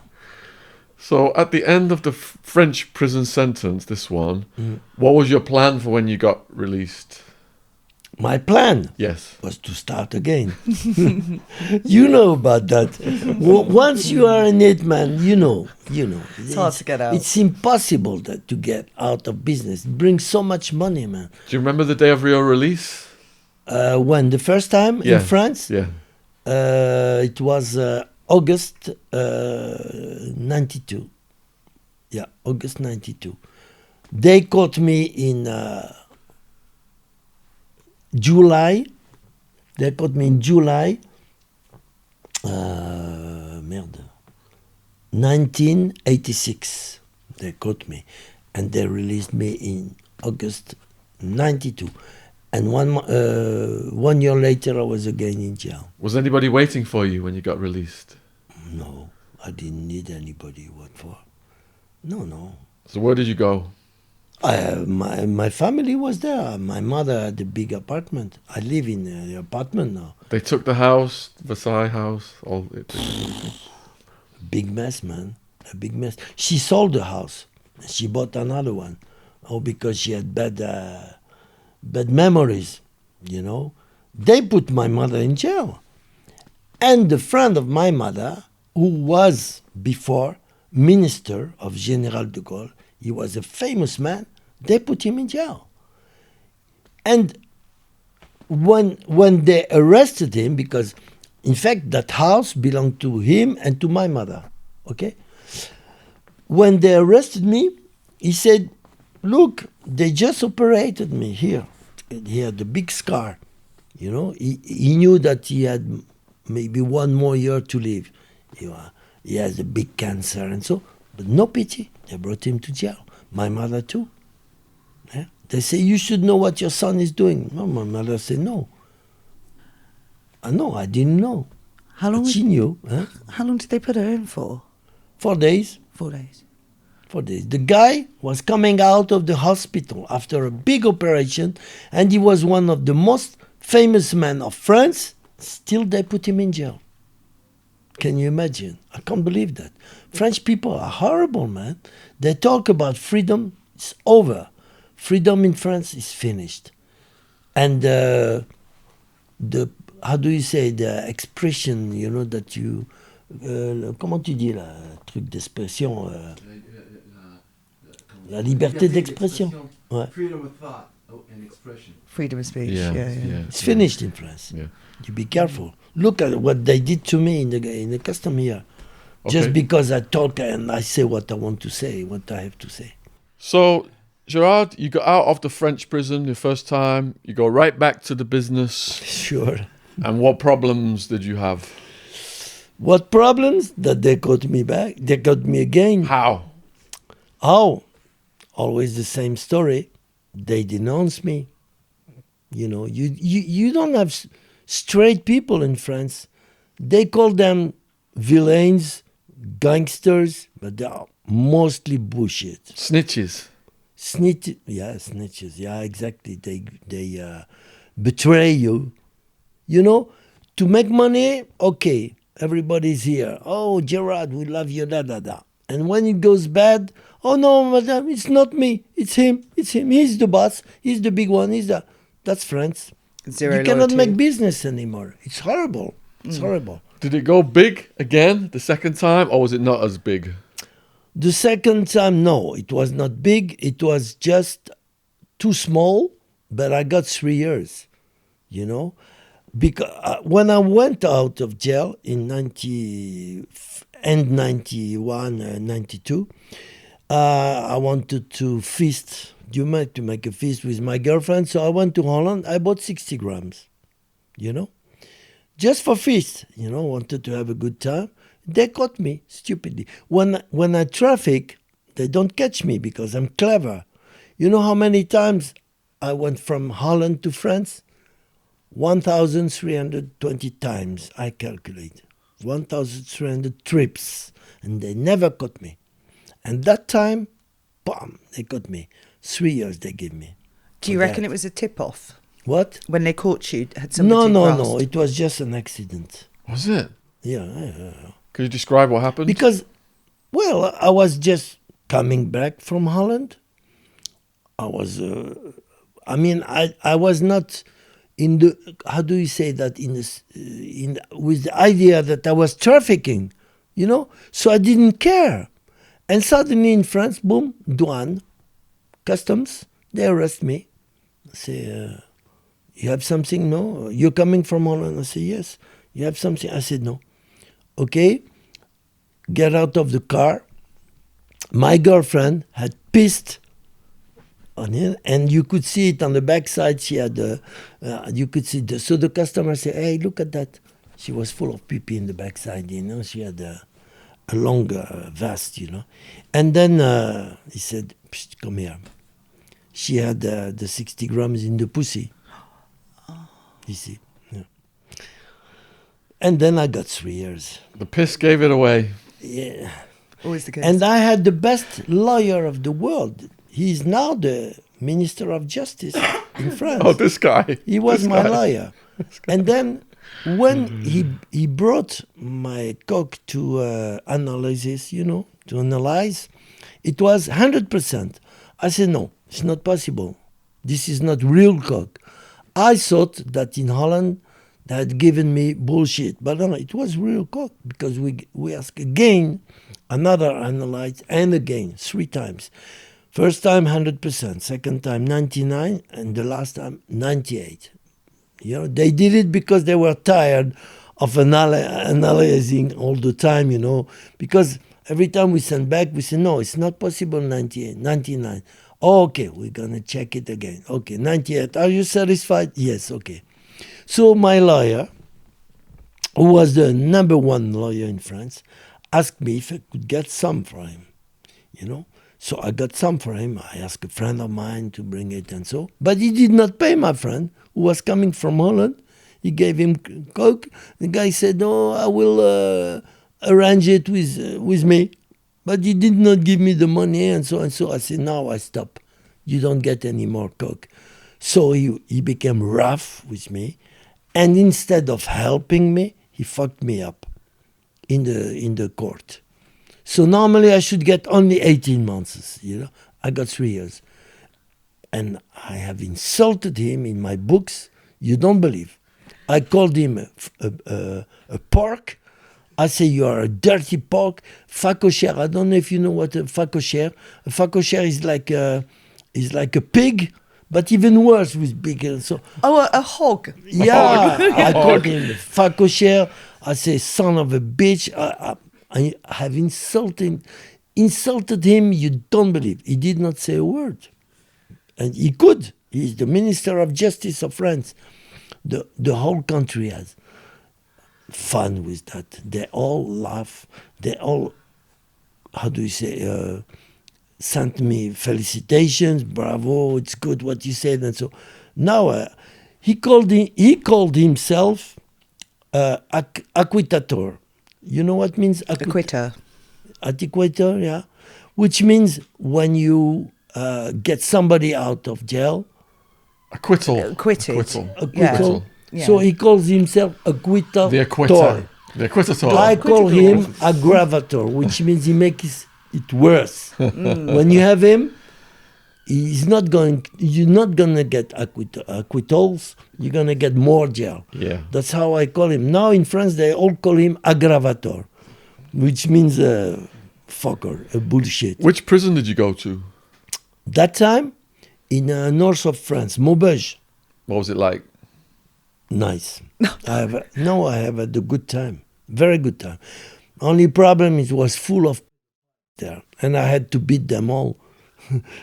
So the director said to me, please, would you stop beating those guys? I said, that's what they deserve. He said, yes, I know, but you cannot keep on beating them.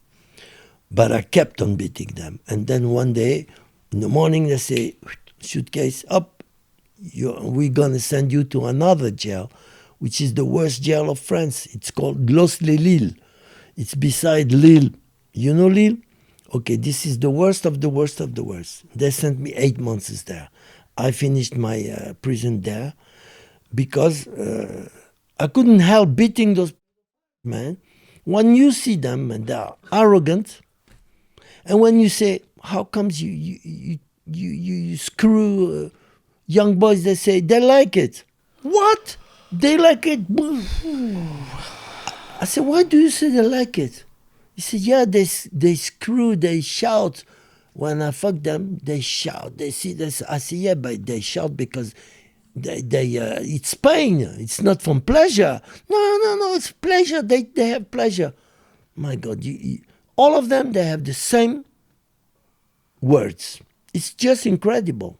They believe they give pleasure to young boys of 5 years, 6 years. How? We have to kill those guys, man. To hang them, all of them, by the balls. I mean, do you think they do that just to justify their actions? They can't genuinely believe that young boys get turned on. They do. Because when I was in Maubeuge, I was working in the canteen, which means I was bringing the food and the cigarettes and so to all the people, so I was driving all around the prison. Okay. And then when I was going to, there was a part of the jail, east part, full of only because they cannot walk beside, we kill them. And then the guard used to say to me, okay, Faure, I go to smoke a cigarette, but don't beat them too hard, like that. So I was going there. They, no, don't beat me. Boom, bam, boom. I was beating them. Okay, and then I was asking them, why did you do that? One of them screwed a young girl of 4 years old in a cemetery, and afterwards he killed them with a fork in the ass and in the pussy, like that. He killed her. Oh. And he got only 20 years. Man, a guy like that, never. He may never be free again. It's not possible. He's a monster. Okay, 20 years. But when you ask him, he said, no, she had pleasure. And that's why I kept on beating her with the fork, Yeah, and she had pleasure. 4 years old. And this guy cannot live in a society. Did you give him a good beating? Huh? Did you give him a good one? That one? Yeah, every time. I was bringing cigarettes for him every time. He was hiding himself under the bed, or in the wardrobe. But boom, every time. And the guard, he said, okay, there is no blood. I said, no blood. He said, okay, no blood, but blue eye. But the director didn't say anything. At the end, they got bored because I was beating them all too much. So they sent me to another. We can call it a disciplinary jail. They sent me there, 8 months. No more permissions, no more nothing, no more graces. They really punished me. And no visits? No visit, nothing. 8 months. Normally, 8 months, they should give me 2 months, but nothing. 8 months full, no visit, no nothing. Can you see what? happens in France. I hate France. I hate France. What kind of prisoners were in that jail? The last one. The last one? The punishment one. Disciplinary one. Were there many in that one? First of all, you don't go on promenade. You cannot go outside. No rest. 24 hours a day you are there, closed, nothing. You cannot talk to people. You are just... and then sometimes they say, okay, you can take a walk, half an hour. But in this prison, when you take a walk, you walk on how do you say it? Because people are throwing the food by the window, so you have to walk on the shit that you have on the ground, and with the rats are there eating the food, and so you have to walk there. It's horrible, so you better don't go. So I stayed in my 8 months time. I didn't go to I went one time to promenade, and then finished. That is like solitary confinement, pretty much. That was it. Yeah. Solitary confinement. Yeah. That was it. What did you do then? Read, exercise? I wrote my books, exercise, of course. You know that, like that, pumping, and then sport, watching TV. I had TV. Oh, that's good. And then reading books, and so learning languages, and so it was good for me. It was positive. The prison was very positive for me. I say that. Did you have a new plan for when you got released? Back to your same old same. Always. You know that. Now I have finished. I don't plan anymore because I'm too old for it. I cannot go to jail again, Maybe I have 5 years to live. I don't want to spend the rest of my life in prison. It's over. And I don't want to lose my beautiful Annabelle. If I go to jail, to leave her alone outside, she will be unhappy. Definitely, she will cry. Definitely. So coming out of that... J'ai dit que je veux pas aller en prison parce que je veux pas te laisser toute seule. I don't want to leave her alone. She'll be... completely desperate. I think so. With women, you have to be careful. So coming out of that prison, you wrote your books, you said. Yeah, I wrote my books. Did you not want to just publish them and leave the crime life behind? No. No. It's not possible. No. No. I'm still writing books, but I wrote most of them. I wrote them in jail. And but I have about 4 or 5 more. So how did you get sentenced to 40 years in Spain? When they caught me in 1979, they caught me with 1,000 kilos, but 200 were stolen by 2 cops because I had 2 cops in my pocket and customers too. And so when I was in the prison of Malaga, the worst prison I ever saw in my life, I cannot imagine that there is worse than that somewhere in the world. It was the worst of the world, like South America. People were killing each other, they all had guns, knives, in prison, yeah. Because it was a big mess, it was, the end of how you call that? Of fascism. It was, Franco was a fascist, and it was the end. So we started to have normal guards, but also guards from Franco, with bad habits to beat and so and so. And the prison was rotten, man. 600 people for 300 places. So it was a big mess. They were killing each other. Everybody had guns, knives, all kind, and drugs. I don't tell you, it's horrible. We will make a podcast about that prison. It's very interesting. And then, my brother was married with a Spanish girl whose father was the chief of the Guardia Civil. You know what is the Guardia Civil? Yeah. Okay, the worst police of Europe.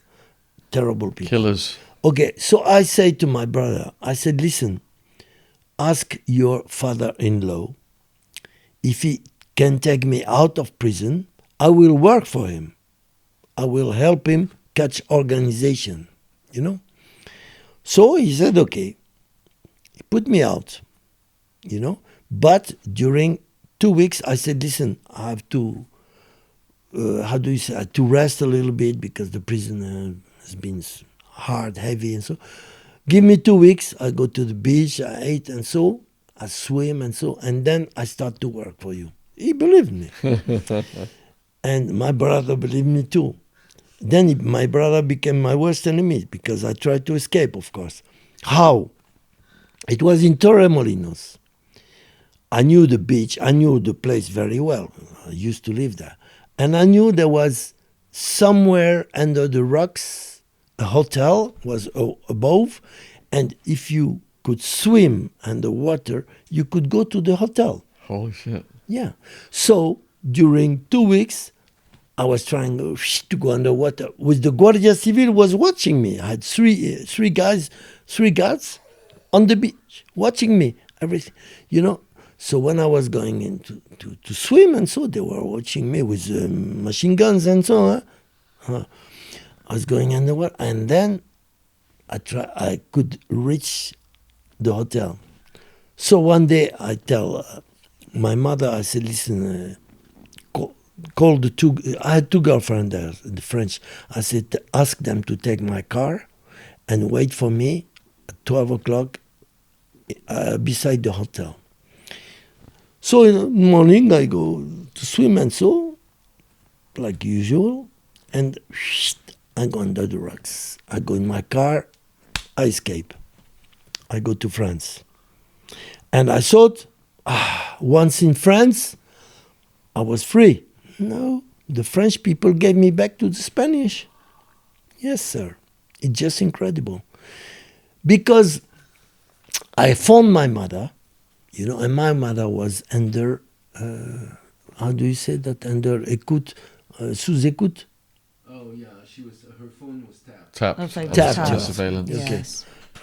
Because when they said to my mother that I was dead, because they did not find me nowhere, you know, they searched and so. They say maybe he has been eaten by a squirrel, by a shark. And so my mother thought I was dead. And I call her, I passed the border, I was in France, I call her from there and say, Mama, she said, who are you? I said, I'm your son. No, you are dead. You are a spirit. I said, Mamma mia, I'm not a ghost. It's me. And then I told her, you remember this, you remember. She said, oh my God, but they told me you are dead. I said, they lie. I'm still alive. Okay, alive, but then when I get out, the police caught me, the French police. I said, hey, you escaped from Spain. Back. To the same prison. To the same prison, yeah. Oh. Okay. No, pardon. No, to Marbella. I was in Malaga. And they put me in Marbella. And Marbella was a small prison, 12 people. In that time, now it's big. It grew up. But no, the prison of Marbella was, how do you say that? Like groots, you know, holes in the wall. Like you are dead, you know, they put you inside, you sleep, and in the morning they take it. What are It's they horrible. called at the corridors? What do you call them? You'll know that, James. The slats. What do you call it? Morgue. Morgue. Morgue. It's You like know, a I know morgue, it's yeah, it's but like what a do you call morgue. those beds? Yeah, yeah. They put you in a big hole. You can move there, but you cannot escape. It's horrible. Do you have to piss and shit there? Yeah, like that, something. And then, okay, but 12 people. My friends, because I used to work for, I don't know if you heard about him, Pasqua. You don't know Pasqua? Pasqua was the minister of Interior. Interior, which is the Ministry of Police. Pasqua was the biggest mafioso of France.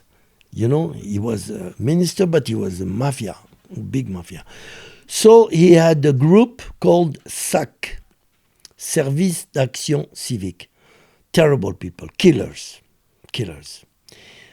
And in Spain, I had good friends, but all of them killers. They were coming from Algeria, you know, and they were killers, man.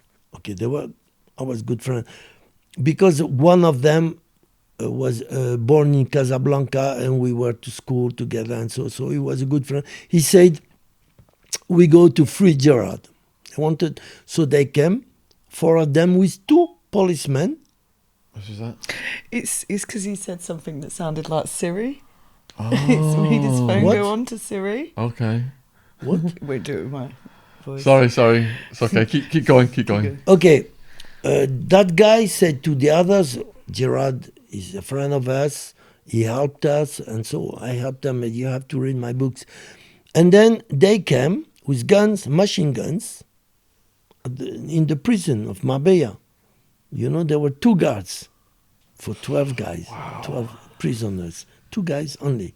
So suddenly I was in the hall, a small hall like that, and I see the face of my mother smiling, and then the face of my girlfriend. She was British.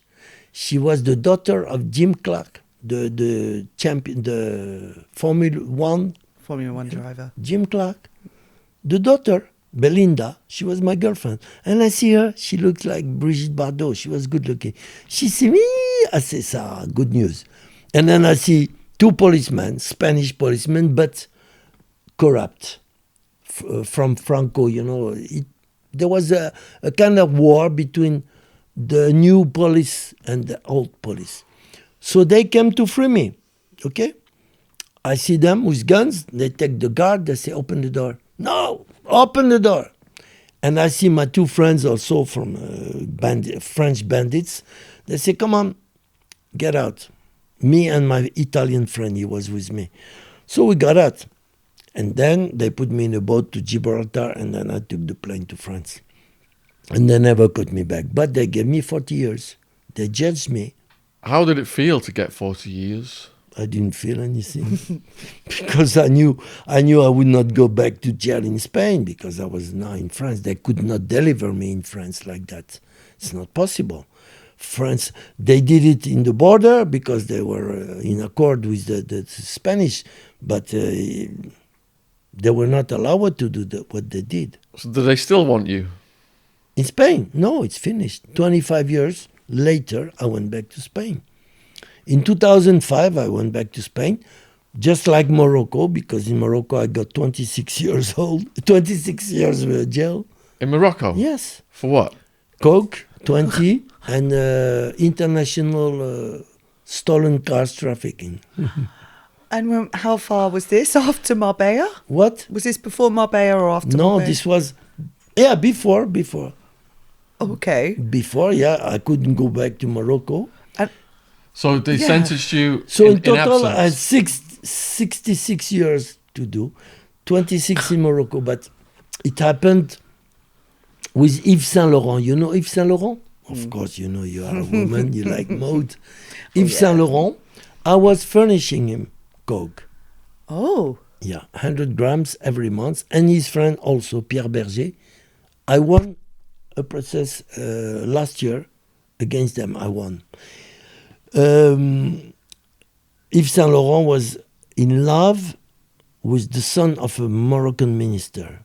And the guy was 14, 15 years old, too young. Very good looking guy. Yves Saint Laurent wanted to put him in his bed, you know. So he was giving him coke, you know. And then he screwed him, of course, and so. But the guy, he gave him so much coke that the guy died, overdose, you know. He died. So the king of Morocco asked Yves Saint Laurent, "Who brought you that coke?" And he gave me, of course. Yves Saint Laurent grassed on you. Yeah. And his friend Pierre Berger, the worst of the worst, he's the worst of the world, also. But then I went to trial last year against them, and I won. Incredible. The French people, everybody, all the lawyers, and so they said, "You have started an earthquake in the world of." Yeah, I did, and it's gonna be worse for them. When I go to court, because I'm used to it, I know how to talk, and so I always win.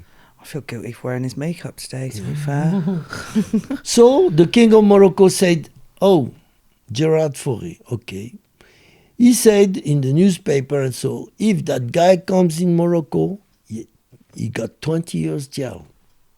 So, and in the meantime, somebody grasped me, a German guy, grasped me for the car trafficking, you know, stolen Mercedes and Porsche and all kinds. Do you know why he grasped? Huh? Do you know why he grasped on you? Yes, of course I know. Because they caught him with cannabis for nothing. For nothing. He gave me to the cops. Yeah. For nothing. He got 6 months, but he could get more. But they say, we give you 6 months, but you... Okay, I got 6 years. So 26 years, 40 years in Spain. I can tell you that I stayed in my country in France during 25 years. I didn't move. No, I moved somewhere else, but not in Spain, not in Morocco. And then in 2005, I went back to Morocco. There was prescription after 25 years old. It's over. They cannot touch you anymore. So I go to Morocco, and I come inside, no problems. But when I get out, I take my plane. I was going to go in the plane, and I hear my name. Mr. Gérard Fauré is wanted by the immigration. Oh, I said, shit. And they took my suitcases out of the plane. They were already, I said, so the hostess said, you are Gérard Fauré? I said, yes. I wanted to give her my ticket and go in the plane. She said, what have you done, man? I said, I haven't done anything. She said, oh, la. So I went back to the hall. The hall was totally free. Nobody. They sent everybody out in the airport of Marrakesh. I said, Jesus. Go and sit down.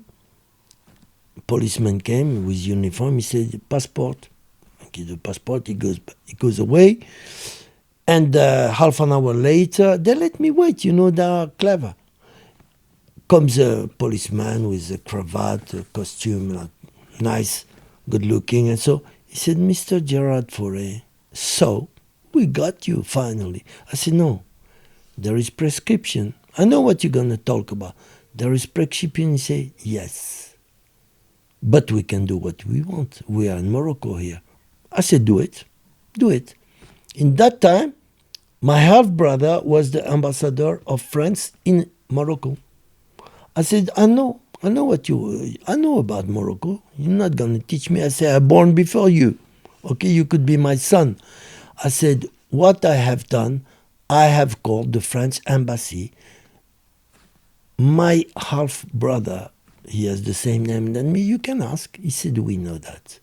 I said, then I called my brother in Spain. He was consul of France in Spain, in Cadix. I said, diplomats. I said, put me in jail. You're going to see. He said, okay, we're not going to put you in jail, but we want to ask you some questions. And he asked me stupid questions about my jailing in France. He said, where have you been? Where were you in that? I said, I was in jail. And in that, I was in jail. And in that, I was in jail. He said, so your whole life, you have been your whole life in jail? I said, seems like. He said, okay, you can go back. So I took the plane. But I tell you, I had diarrhea. Oh my God! When you are when you are in contact with those people, you don't know how it's gonna end. I tell you, this is a terrible country. I mean, do you consider yourself to be extremely lucky that both your half brothers are in those positions? Extremely, yeah. Lucky. Yeah. I have luck and bad luck. But after bad luck comes luck. Like after the rain comes the sun. That has been my life. 18 years in jail. Total. What other countries did you do jail in? Italy, but 6 months. Belgium, horrible. How are the Italians? Italian were okay. That's where I started to learn Italian and to like Italians. They were very nice with me. I don't have to say anything bad about them. Spain has been the worst. Belgium, even worse than Spain. It's horrible, Belgium. If you go to jail in Anvers, you know Anvers? The harbor. You have Brussels, It's the biggest town. It's the capital. Oh, Brussels. Yeah, but no, I haven't been in Brussels. I've been in Anvers. Is the biggest harbor of Europe, and there comes the cocaine and everything now. So it's not Holland anymore. It's Belgium. Before they used to say, Holland is the supermarket of drugs. No, it's finished. Everything happens in Belgium. They caught me 2 times with coke. So once they caught me with 380 grams. I didn't go to jail. No. They took my car. I had a very expensive car, about 60,000 euro, about 60,000 pounds. They took my car as a guarantee. They said, okay, you can go, we call you. But I didn't go. I went to steal my car. I took my car back. They got angry at me. Yeah, it was easy. Belgian people are stupid. Really, stupid people. Really, I don't know what they do in Europe. Those people, man, they shouldn't be European. They are too bad, man. Dirty, disgusting people. Especially the flums, by Holland. The French-speaking Belgium are, I would say, okay, comme ci, comme ça. But the others, man, no. I really suffered there. I didn't stay long, 6 months, but horrible people. 1 day jail is I don't know. It's like 3. I prefer to stay 1 week in France in jail than 1 day in Belgium. I mean, how bad was it? How about what? Was the prison, Belgium? What made it so bad? Who made it so bad? The guards and the prison itself. It's disgusting. It's disgusting. It's horrible. Old prisons. The prison belongs to a Jewish guy. He doesn't spend a cent to renew or something. So this is now a prison of the Middle Age. It's unbelievable. And then the guards are women, but old women with gray hair, smoking, dirty, stinky. They open the door. If you say a word, they say, shut your mouth. What? I cannot talk. No. If you want to say something, you write. You write. What you write? Sometimes we cannot talk. No. Dirty, ugly women. Sorry. Yeah, it's terrible, man. I can't believe it. I could not believe that. I said, what's happening here? There was only one man. He's a black man from Kenya. Very nice. So I had, in that time, a problem with my prostate. You know what is prostate? Prostate, yeah. Okay, prostate. You don't have prostate. I don't have a prostate. Okay, so I was using medication. When I arrived there, the doctor said, do you have any... The doctor was, you know about Dr. Mengele? The angel of death from the Nazi The concentration doctor of camp. Hitler? Yeah. I thought it was him. It was so horrible. He said, tell me, you have something? I said, yes, I need for my prostate. He said, oh yeah, I will send it to you, like with a face. My God, I was frightened when I saw that face. I said, this is not possible, man. Where am I? It's impossible. He was sarcastic, he was vicious. Okay. He said, okay, you get your pills in your cell. I did not get them. 1 week long, I could not piss. Oh. I could not piss, so I was full.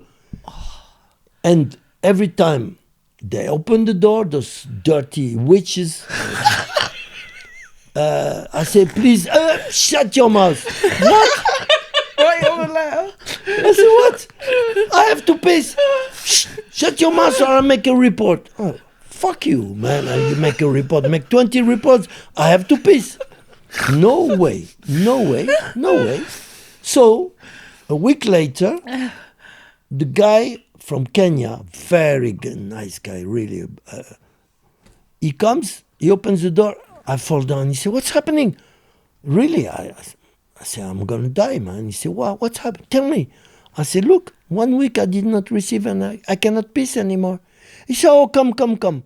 He brought me to the doctor. The doctor said, oh, what do you want? I said, what do I want? My pills. He said, I sent them to you. No, you didn't send anything. He said, so what's your problem now? My problem is that I am full of pee-pee. I want to piss. He said, oh, you want to piss? Oui, okay, I help you. He takes a kind of... and he put it in my prick like that, and suddenly... I shout. I'm sure they heard me in Paris. I shout, wah! And then, I pissed 4 liters. Wow. I was almost dead. Huh? Catheter. Yeah, catheter, but like a knife. Tack!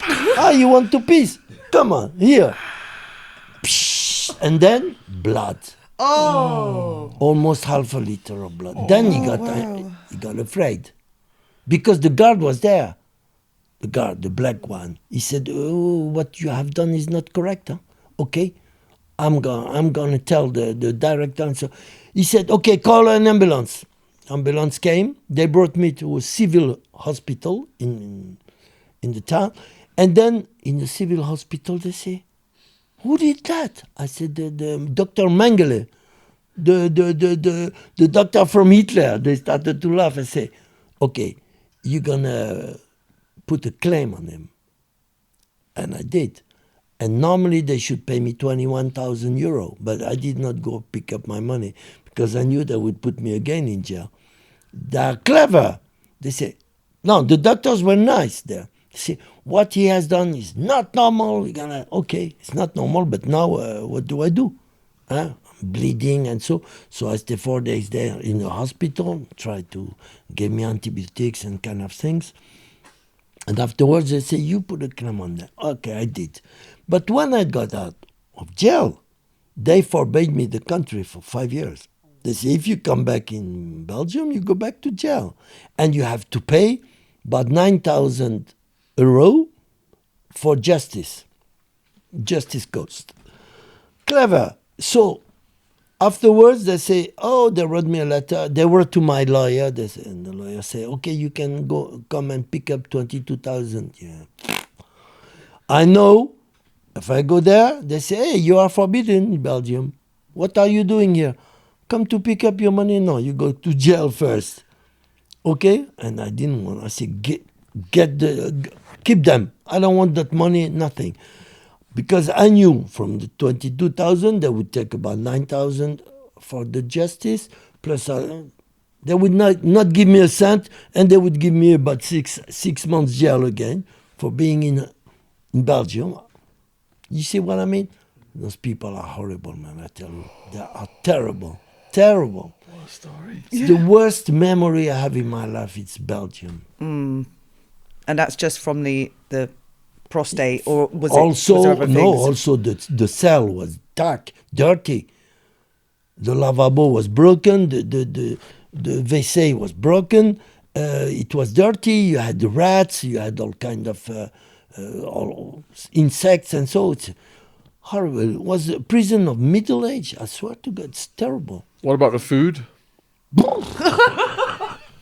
Don't talk about it, man. Oh, the food there. No, it's not. You cannot call that food, man. No. That's even dogs would not eat that, and rats. It's horrible, but they do it on purpose. Like sludge. Something like that. It's terrible, man. No, it's horrible. Horrible. Were the prisoners okay? No, you could not fight there because they had a system. You have the court where you can walk and so, okay?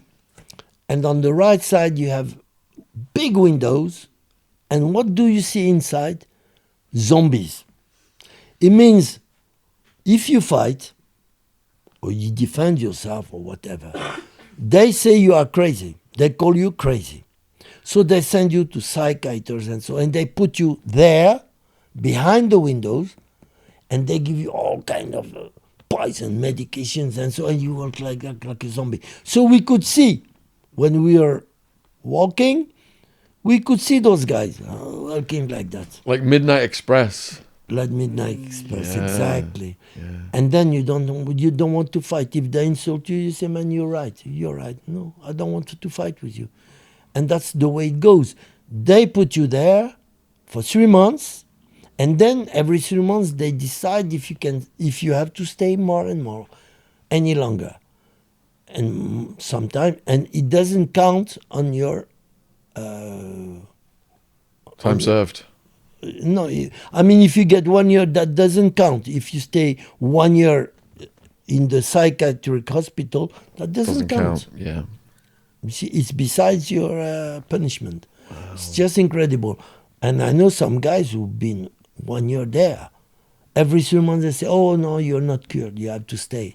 Wow. It's terrible, man. It's terrible. So they could, in effect, keep them there forever? They could, in effect, keep them there forever? Yeah. They could. Yeah. So you got a story about the British royal family then? And the Moroccan king. Oh, that's a nice story, man. So, that was with the king of Morocco, Hassan II, you know. And Hassan II knew, because many times they try to kill him, you know. He had many coups d'etat, putsch, you know. He had many, but every time he had baraka. What we call baraka is luck. Okay. One day, he knew that it would happen again and again and again. But he thought if a very important putsch would happen, that in case of, how do you say that, of defeat, he knew that the next push would be with plane fighters, you know, plane fighters, okay? And then he thought, in case of, if they lose, they would escape to Gibraltar. Not to Spain, because Spain would not accept them, but Gibraltar would accept them. So he thought, okay, in that case, it's better if I prepare a kind of blackmailing with the British, you know. And what did he do? His brother was he was homosexual, and his brother was going to a club in Tangiers who belonged to a French gangster. He was also a homosexual, and he had the best club of Tangiers. You know, you had good attractions, and so my father was going very often there with my mother and friends, because the ambience, the sphere was good. Then he thought, because he knew that all the of England were coming there, okay, from the royal family, most of them, lords, deputies, all kind.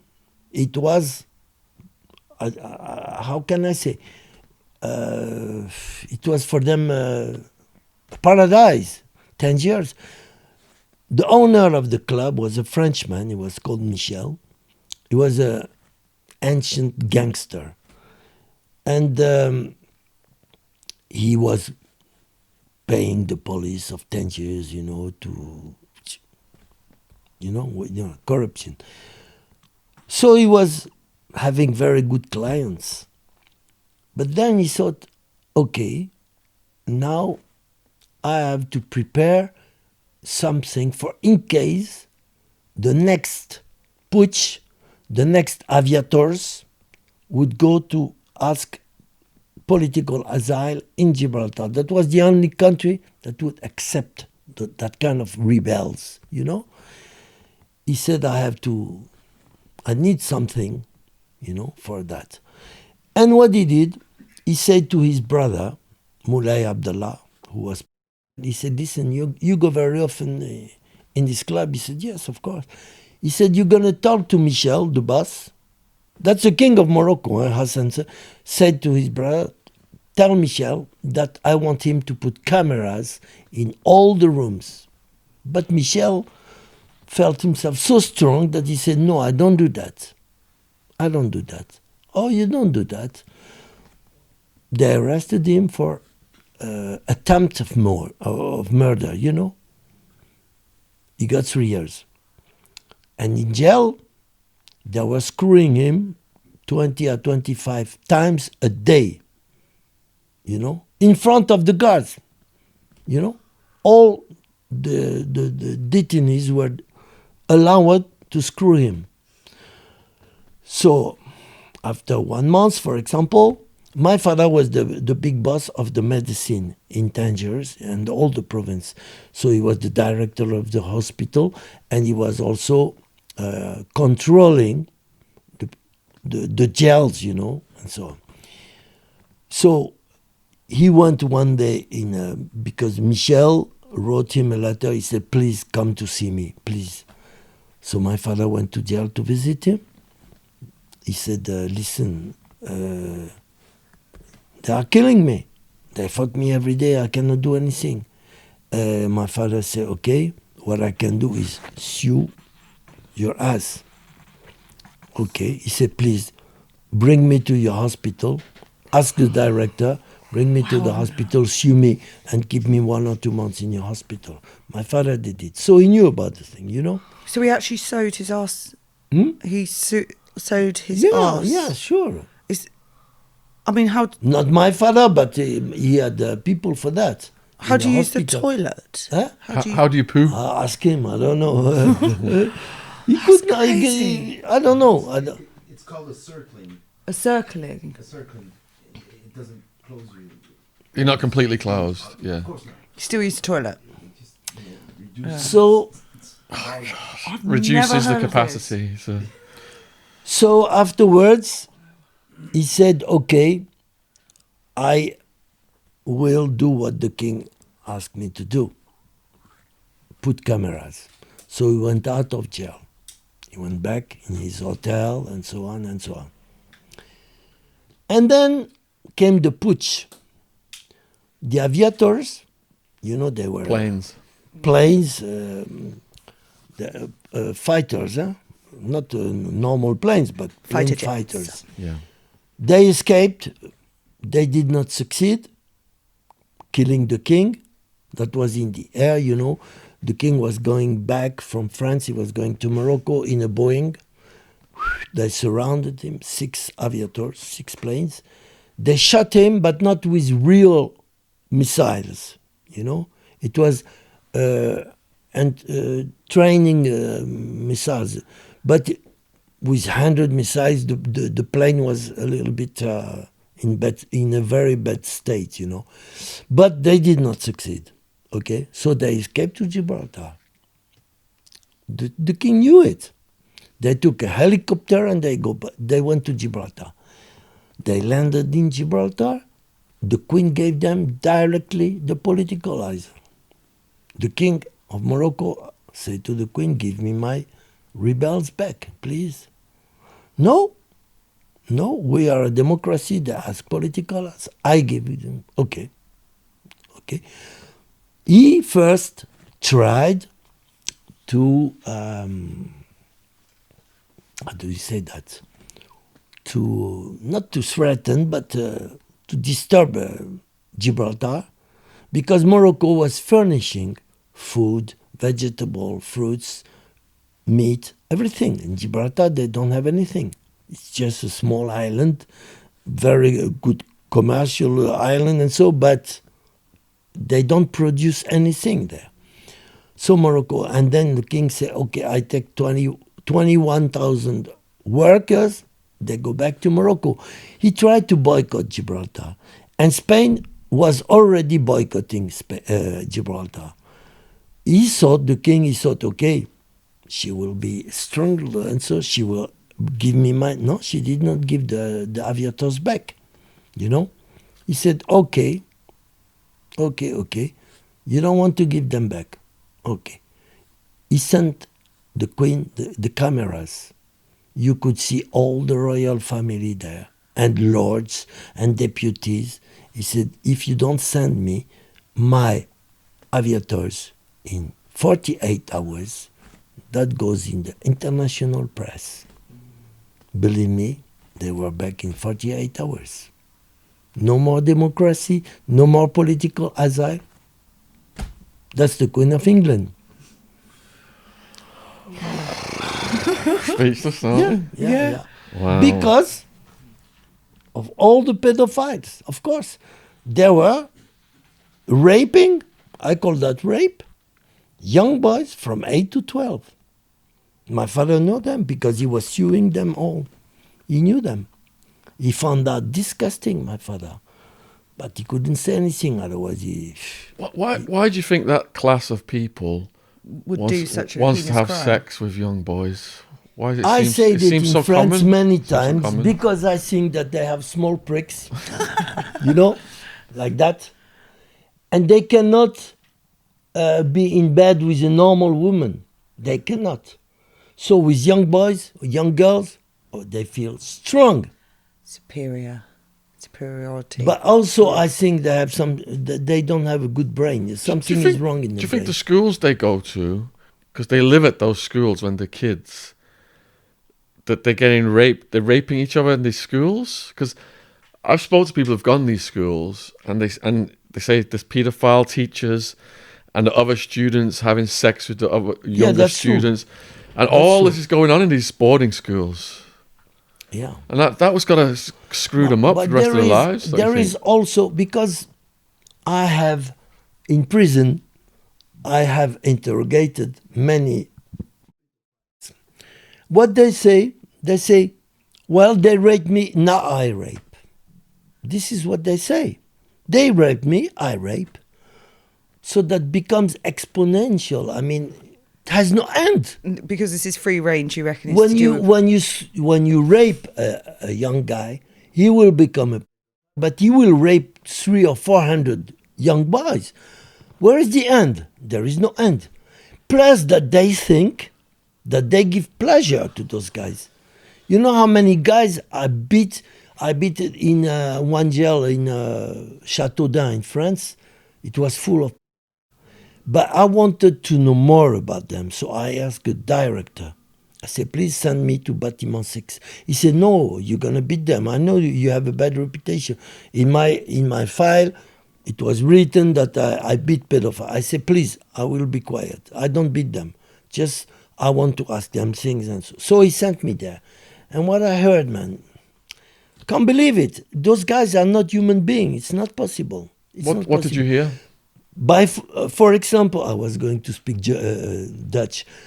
For example, there was a guy, he was 84 years old, 84. So he could not get hard, normally. One day he comes, he was my neighbor, but I beat him, of course. I gave him some clap. Blah, blah. They were cooking for me, they were doing all kind of things because they were afraid of me, of course. And one day he comes, he said, oh, Gerard, I come to say bye-bye to you. I said, oh, are you going? He said, yes, I go out tomorrow. I said, what are you going to do? You have no more family, no more. He said, my only wish is to catch a young boy again, fuck him, and go back to jail. Can you imagine? I said, you get hard? 84 years old, you can still fuck a young boy. He said, well, I have an ordinance from the psychiatrist for Viagra. Oh. I say, how comes a psychiatrist can give him Viagra? For Viagra. He knows that he's going to screw another guy, another young boy, but he did it. So I asked to see the director, but the director said, I cannot do anything. A psychiatrist has the right to give a Viagra to. I said, you see, he's gonna rape a young boy. Where is the end? Where is the end? Those guys are sick.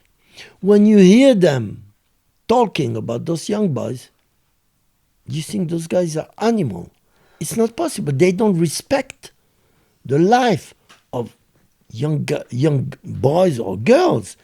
For them, it's just fun. It's just like a dog would say, oh, I'm going to eat a bone. Okay, it's normal for him to eat the bone. For them, it's normal to rape a young boy or a young girl. But I think mostly, okay, they say they rape me, I raped. It's my turn. Okay, but how many? How many they're gonna rape? 2, 3, 4 in a lifetime? 2, 3, 400. How many? Yeah. Because the government doesn't give them life sentences. No, the government Give them in slaps France on the doesn't wrists. care. Most of the people are in France. Among the governments, among the deputies, among the senators, most of them are. Most of them, you have to know that. Among the judges, prosecutors and so, they are. So I've seen so many. They get okay. They've done something. 18 months. They deserve 18 years, not 18 months. 2 years. No, man. Give those guys 20 years. Lifetime. Hang them. Cut This their is not penises normal. off. Cut their pee-pee. Yeah, it doesn't help. No, No. I suppose they could use. They can objects. work with hands and take a boy, No. Okay, that's the first thing. Take the balls out, everything, up, over. But kill them, that's all. They don't deserve less than that. No, I mean you beat in jail. What do you do when you meet a on the outside? Beat him. Of course. But they don't mix themselves with us. No, they have their own headquarter. Headquarters. They have their own. They go promenade, the walk.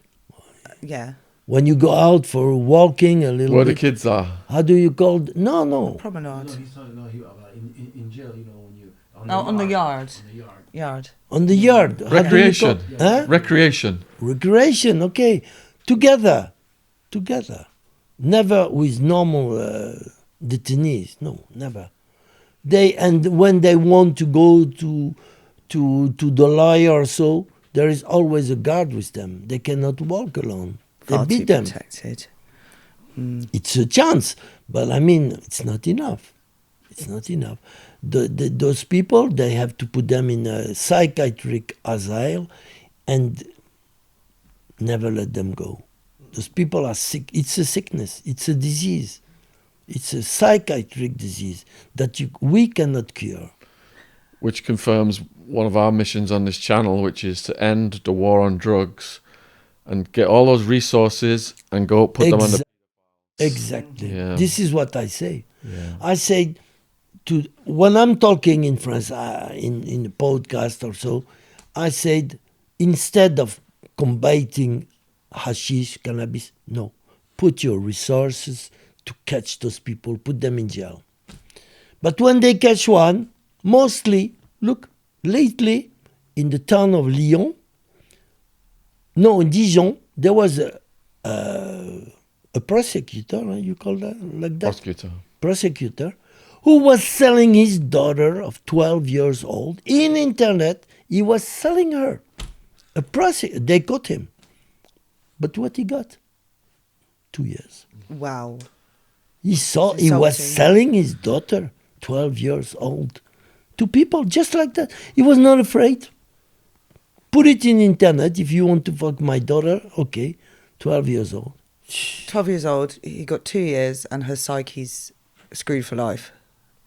I don't know how you just... Her brain is going to be destroyed. Absolutely. Yes, of course. But in France, there is a war between good judges, okay, and bad ones.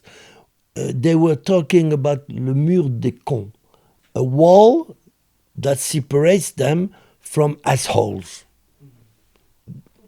You see, a lot of judges are, of course, against those pedophiles, and they know who, so they say, between us there is a wall, le mur des cons, which means we are not all pedophiles, so we are against them.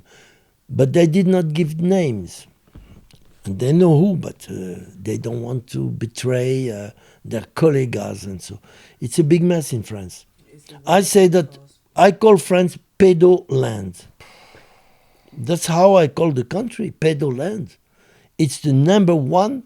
They say Thailand, Morocco. No, France is the worst of the worst of the worst. I mean, the only person who doesn't want to prosecute is a... Yeah. Yeah. But then to put them all in jail, they have to build 10 prisons. I swear. And that's maybe not enough. No. So they let them go. They don't care. Just like that woman I talked about, that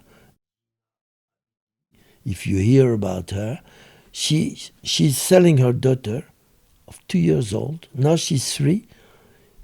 She has been raped by 100 men at 3 years old. And she keeps on because her first husband was president of the court. And now she has a boyfriend who is prosecutor. She is protected by those guys. She shouldn't have a womb. She what? Shouldn't have a womb. They need to take her womb. Yeah. They should kill her. That's what she deserves. At the moment, I'm fighting against her. Oh, every day I talk about her. And I'm going to ask her a petition. You know what's a petition? Petition. Yeah. Yeah. To put her in jail. She has to go, and they have to take her daughter out of the sphere, It's horrible. If you see the daughter, she's very good looking. She's 3 years old now, but she looks like Brigitte Bardot, but she's very good looking. So she attracts men, and she sells her for 5,000 euro a night. She gives her GSB, so the daughter doesn't feel anything, and they come and sodomize her. Oh. And then the next day she doesn't know what happened. But you see her face, you know that she's traumatized. So I wrote 2 letters to the social services and say, that girl, she lives there and there, you have to go and take that daughter away, because I know that in October, this October coming, she's going to bring that daughter in Lebanon. She said she gonna put her in a family. I don't believe that. She gonna give it to the Satanist. You know what Satanist? Oh, yes. Because she belongs to the Franc-Maçon, Freemasons, yeah. and the Satanists. She belongs to them, Templier, all kind, And those people, if they want to stay with those people, with Satanists and so, they have to give one son or one daughter. And she is planning to give her daughter. So I warned the government. I want everybody in France. Lately, I did many emissions. I see this and that. See what's going to happen. So have you had many dealings with the Freemasons? What? Experience with the Freemasons. Who? You. Freemasons. My father was Freemasons. Really? But he was a nice one. He was the director of the Lions Club, the Rotary. But they were using him. They were manipulating him. He didn't know what was behind. My father was too nice to be a bad man. But I have had experiences, yes. The one I denounced before, who is hiding himself in Thailand, and the other one lives in... No, he's escaping him. He's hiding himself in Switzerland. He's also a Freemason. I know a lot of them, but I cannot prove what... I know there are Freemasons. My best friend is Freemasons, but he's not so bad. I mean, that's what he says.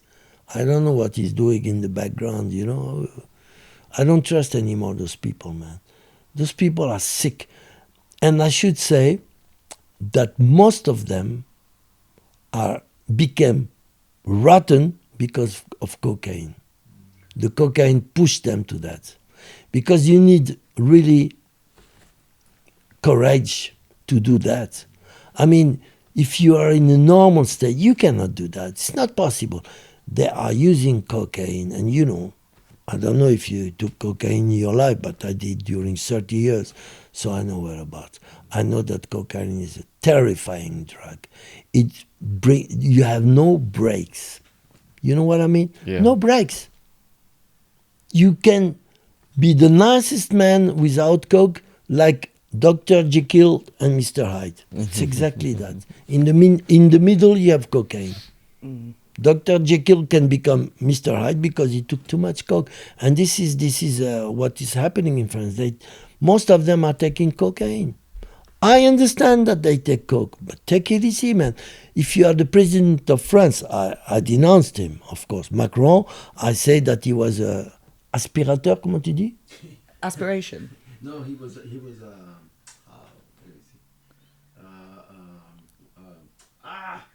Tu vois? To take the dust of aspirateur. Dyson, you know the mark Dyson? Vacuum cleaner. Yeah, vacuum cleaner. How do you call that? Vacuum cleaner. Hoover. Vacuum cleaner. Hoover.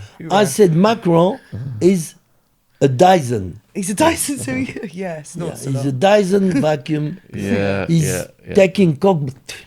It's just incredible. I'm attacking him all the time, but he never pursued me. Never. He never put a claim on me. Never, because he knows I'm right. Now they know Macron. When they put Macron in photo like that, he's doing that. All the time, they put me beside. I denounced him. I said, look at him. He's doing that all the time. He is a cocaine user. So why do you think it's the most expensive drug? Why do I think it's the most expensive Yes. drug? Because it's... what do you mean? Like, all other drugs seem to be a lot cheaper, in my opinion. But cocaine the price tag is completely unreasonable, I think. Depends on the quality. Of course, I used to sell a gram 100 euro, 100 pounds, but it was pure. But try to find pure coke in France will be difficult. No, they don't. They never give you pure coke. They give you coke mixed with bullshit, with speeds, all kind, with ecstasies, and so terrible. I suppose that Macron gets pure coke, of course, but you can see that most of the time it's not good quality because he's raging, you know, like that. And sometimes he's, hello, what a son of a bitch, that president of us. I don't believe that. France is decadence, you know, is really became a bullshit country. I'm ashamed to be French. If now they give me any nationality, I take. Give me Portuguese or whatever you want. I take. I don't want to be French anymore. If the British could give me British nationality, I take. If I could. Huh? If I could, I'd give you it. Yeah. I asked Putin to give me the Russian nationality. Maybe he will, because I like him. I like him. The Ukrainian people, you know, they are crying at the moment, but they looked for it. If you knew who are the Ukrainian people, you would not cry for them. I tell you, they are the worst of the worst. 15 or 20% of the young boys and girls who disappear because they come in France, even in England, they kidnap young boys. They bring them in laboratories in Ukraine, and they take the blood, they sell the blood of young boys 2 years, 3 years old. Those young boys, they disappear forever. They have no life. It's finished. They belong to the laboratory, like dogs, like rats and so. They become, okay? And they sell weapons, all the weapons that we have in the suburbs of France, you know, and all. Comes from Ukraine, drugs. They replaced Holland. Before it was Holland. The laboratorium of drugs in Europe was Holland, the supermarket. And now it's Ukraine. Oh. Yes. I know that for sure. All kind, heroin, excepted cocaine. Cocaine comes from South America. But the rest, We don't like them here. So Gerard, before we finish then, for the young people watching this, because we have a lot of young people, and they see the movies about the cocaine, and they see Pablo Escobar, and they think this is cool. What do you say to the young people who think cocaine is cool? I said, listen, man, don't touch cocaine because you can be hooked, you can be stuck on cocaine for the rest of your life. And the problem is that most of the cocaine, I would say 99% of the coke that you find in the street or by your dealer is cut with bullshit, with speed, with dangerous poison, dangerous drugs like amphetamine, like methamphetamine, like ecstasy. They put all kind of shit in it, and then you get hooked, you get addicted. And when you are addicted on cocaine, I got out of it because I'm very strong mind. I'm very strong, believe me. I'm like a rock. That's why I could get out of cocaine. But if you are a bit fragile and so, don't touch that drug. Don't. If you are not sure of your force, of your strength, please don't use that bullshit. And that I can say that in the height of my experience, it's terrible drug. Terrible drug because it can change even your sex. You can become all kind. You can, from one day to another, you have no breaks. When you take cocaine, you belong to the cocaine. She controls you. You have no breaks. And then you can also get a lot of cancers. 3 guys in France, very famous guys, they died because of my cocaine. I don't know if you heard about a guy called Bernard Tapie. No? He was a famous, one of the famous guy in France. He was a minister and then businessman, and then he was leading football things and so on. I warned him. I said, man, because I was furnishing him, but he was taking so much. I said, man, you're going to get cancers very soon. He got 3 cancers. He's dead now. He's dead. Okay? Another one was called Jean-Luc Delarue. He was also a very famous man in the television and so on. Well, afterwards, I have to tell you about the woman, and the cat, okay? I finished with those guys. Jean-Luc Delarue, I warned him. I said, man, you are not sniffing. You are eating cocaine. You are. What are you doing? I don't care. He died. Also, cancer. And to get more pleasure, they swallow it. Really? Yes. Because they cannot sniff it anymore. How do you say sniff? Yes, sniff. They cannot sniff it anymore because they bleed. If you take cocaine, at least, if you don't want to bleed, before you go to sleep wash your nose with salted water. Wash yourself. If you don't do that, you're going to bleed. And all those guys, they were bleeding, so they could not sniff anymore. So they were swallowing that thing. And when you swallow cocaine, you have to know that cocaine is made of chlorhydric acid, and all kind of shit. Dangerous, with cement. And if you see what goes in the cocaine, man, you don't want to touch it anymore. But they swallow it. So when you swallow that, it goes like that, in your esophagus. I don't know. Esophagus. Yeah. And then it's acid. So it eats your, and then goes in your stomach. So you get first cancer here, and then in your stomach, and then in your darms, and then you die. And it happens a lot in France. But they didn't want to listen to me. They kept on taking coke that way. They all died. Can I ask you a question? I seen on your wiki page the rumours of you being a hitman. What? On your wiki page, there's rumours of you. Un assassin. Yeah, I was. What? I have been. But for the government, I was working for Mr. Pasqua, who was the right hand of Chirac. You know? And just because in army I was a good shooter, you know, not only that, because they freed me in Spain. They freed me, so afterwards they say, okay, now you have to kill terrorists from Basque. You know Basque? Yeah. Terrorists and Corsicans, but mostly Basque. They gave me the address. I had to go with 2 other guys and shoot them. I did it a few times because I had to pay my debts, but not with pleasure. Yeah, I had some pleasure. No, because at the beginning, I was not really involved in that business because I didn't have anything against Basques, you know.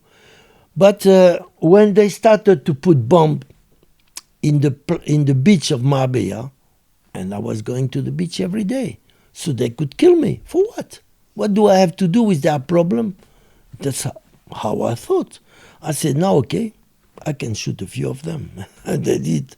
But I'm not, a hitman. No, I'm not hitman. If they attack me, of course, I can defend myself. But, I don't know. I could kill every day. Yeah. 100 for the breakfast and 100 after the breakfast every day. That I could do it with pleasure. Masturbating myself, and I would get orgasms and all kind of that. That I would do it today. I could start tomorrow. Sure, I'm not afraid. I'm not ashamed to say that. Good. And I would help the society. Don't you think so? Definitely. But we were talking about rape. So I met a woman in Tangiers it was in 1971. She was famous in England. She was a television presentator or something like that. She was very good looking, but she was a lesbian. She didn't like men, but she played that she liked me, to attract me in her bed. And she wanted me to be raped. When I went in the bedroom, I didn't see anything wrong, Okay, I went to bed, I made love to her, but I heard something under the bed. He moved. I said, eee! And then it was cracking in the wardrobe too. I said, ooh, too bad. I said to her, I go to piss. So I went out of the bed. There was a window, but it was the ground. I jumped. I took my things and I jumped. And I ran. And they ran after me, but I was running faster. Monster. They wanted to rape me. So what did I do? Because she had a big property in Tangiers. That happened in her property. I knew she had a beautiful cat. He was the only cat in the world without tails, He born like that. He was special, he was Siamese. And I knew, and I stole it. I went and I said, Mignon. Kimi, he was called. He liked me, he knew me, not Kimi. I took him and I gave it to my mother. She proposed a lot of money to get it back. I did not give it back. Revenge. I don't remember her name, but she was a bitch, man. I don't believe that. Horrible people. Wow. Huh? Wow. Well, thank you for today. What's happening? Welcome to the world. Story. Welcome. You are going to collapse or what? Welcome to the world, Gérard Fauré. Yeah, I have so many things to say in my fucking world. Believe me.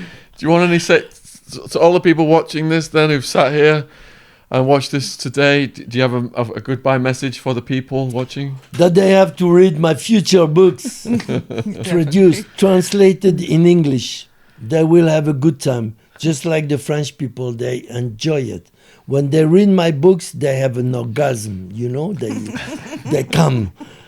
Some people said, I don't need to go with a woman. I just read your book and I have my pleasure.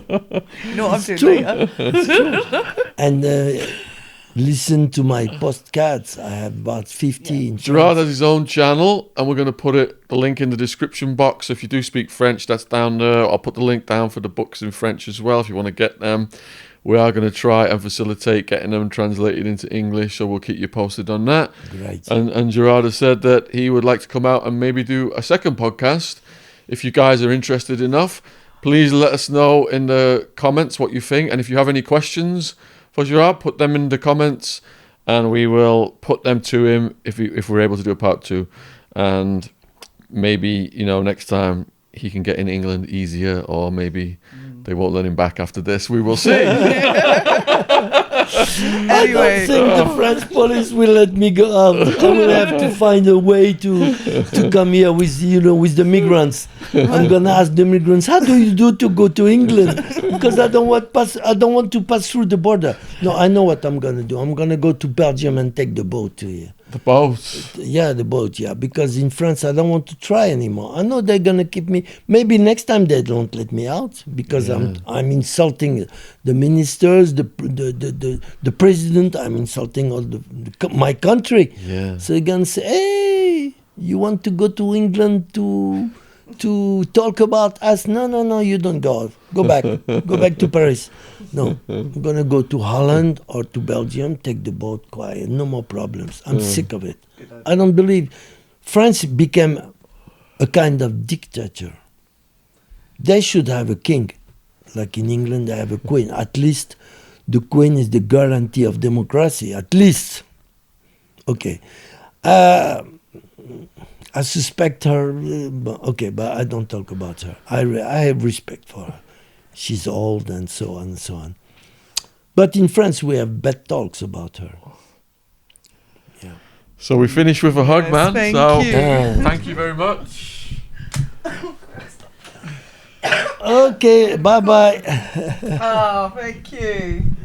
Oh, that was brilliant. Honestly, you had a good time? Oh my God, it was absolutely amazing. Amazing. Yeah, brilliant. Yeah, thank you so much. Yeah, Thank you. wow.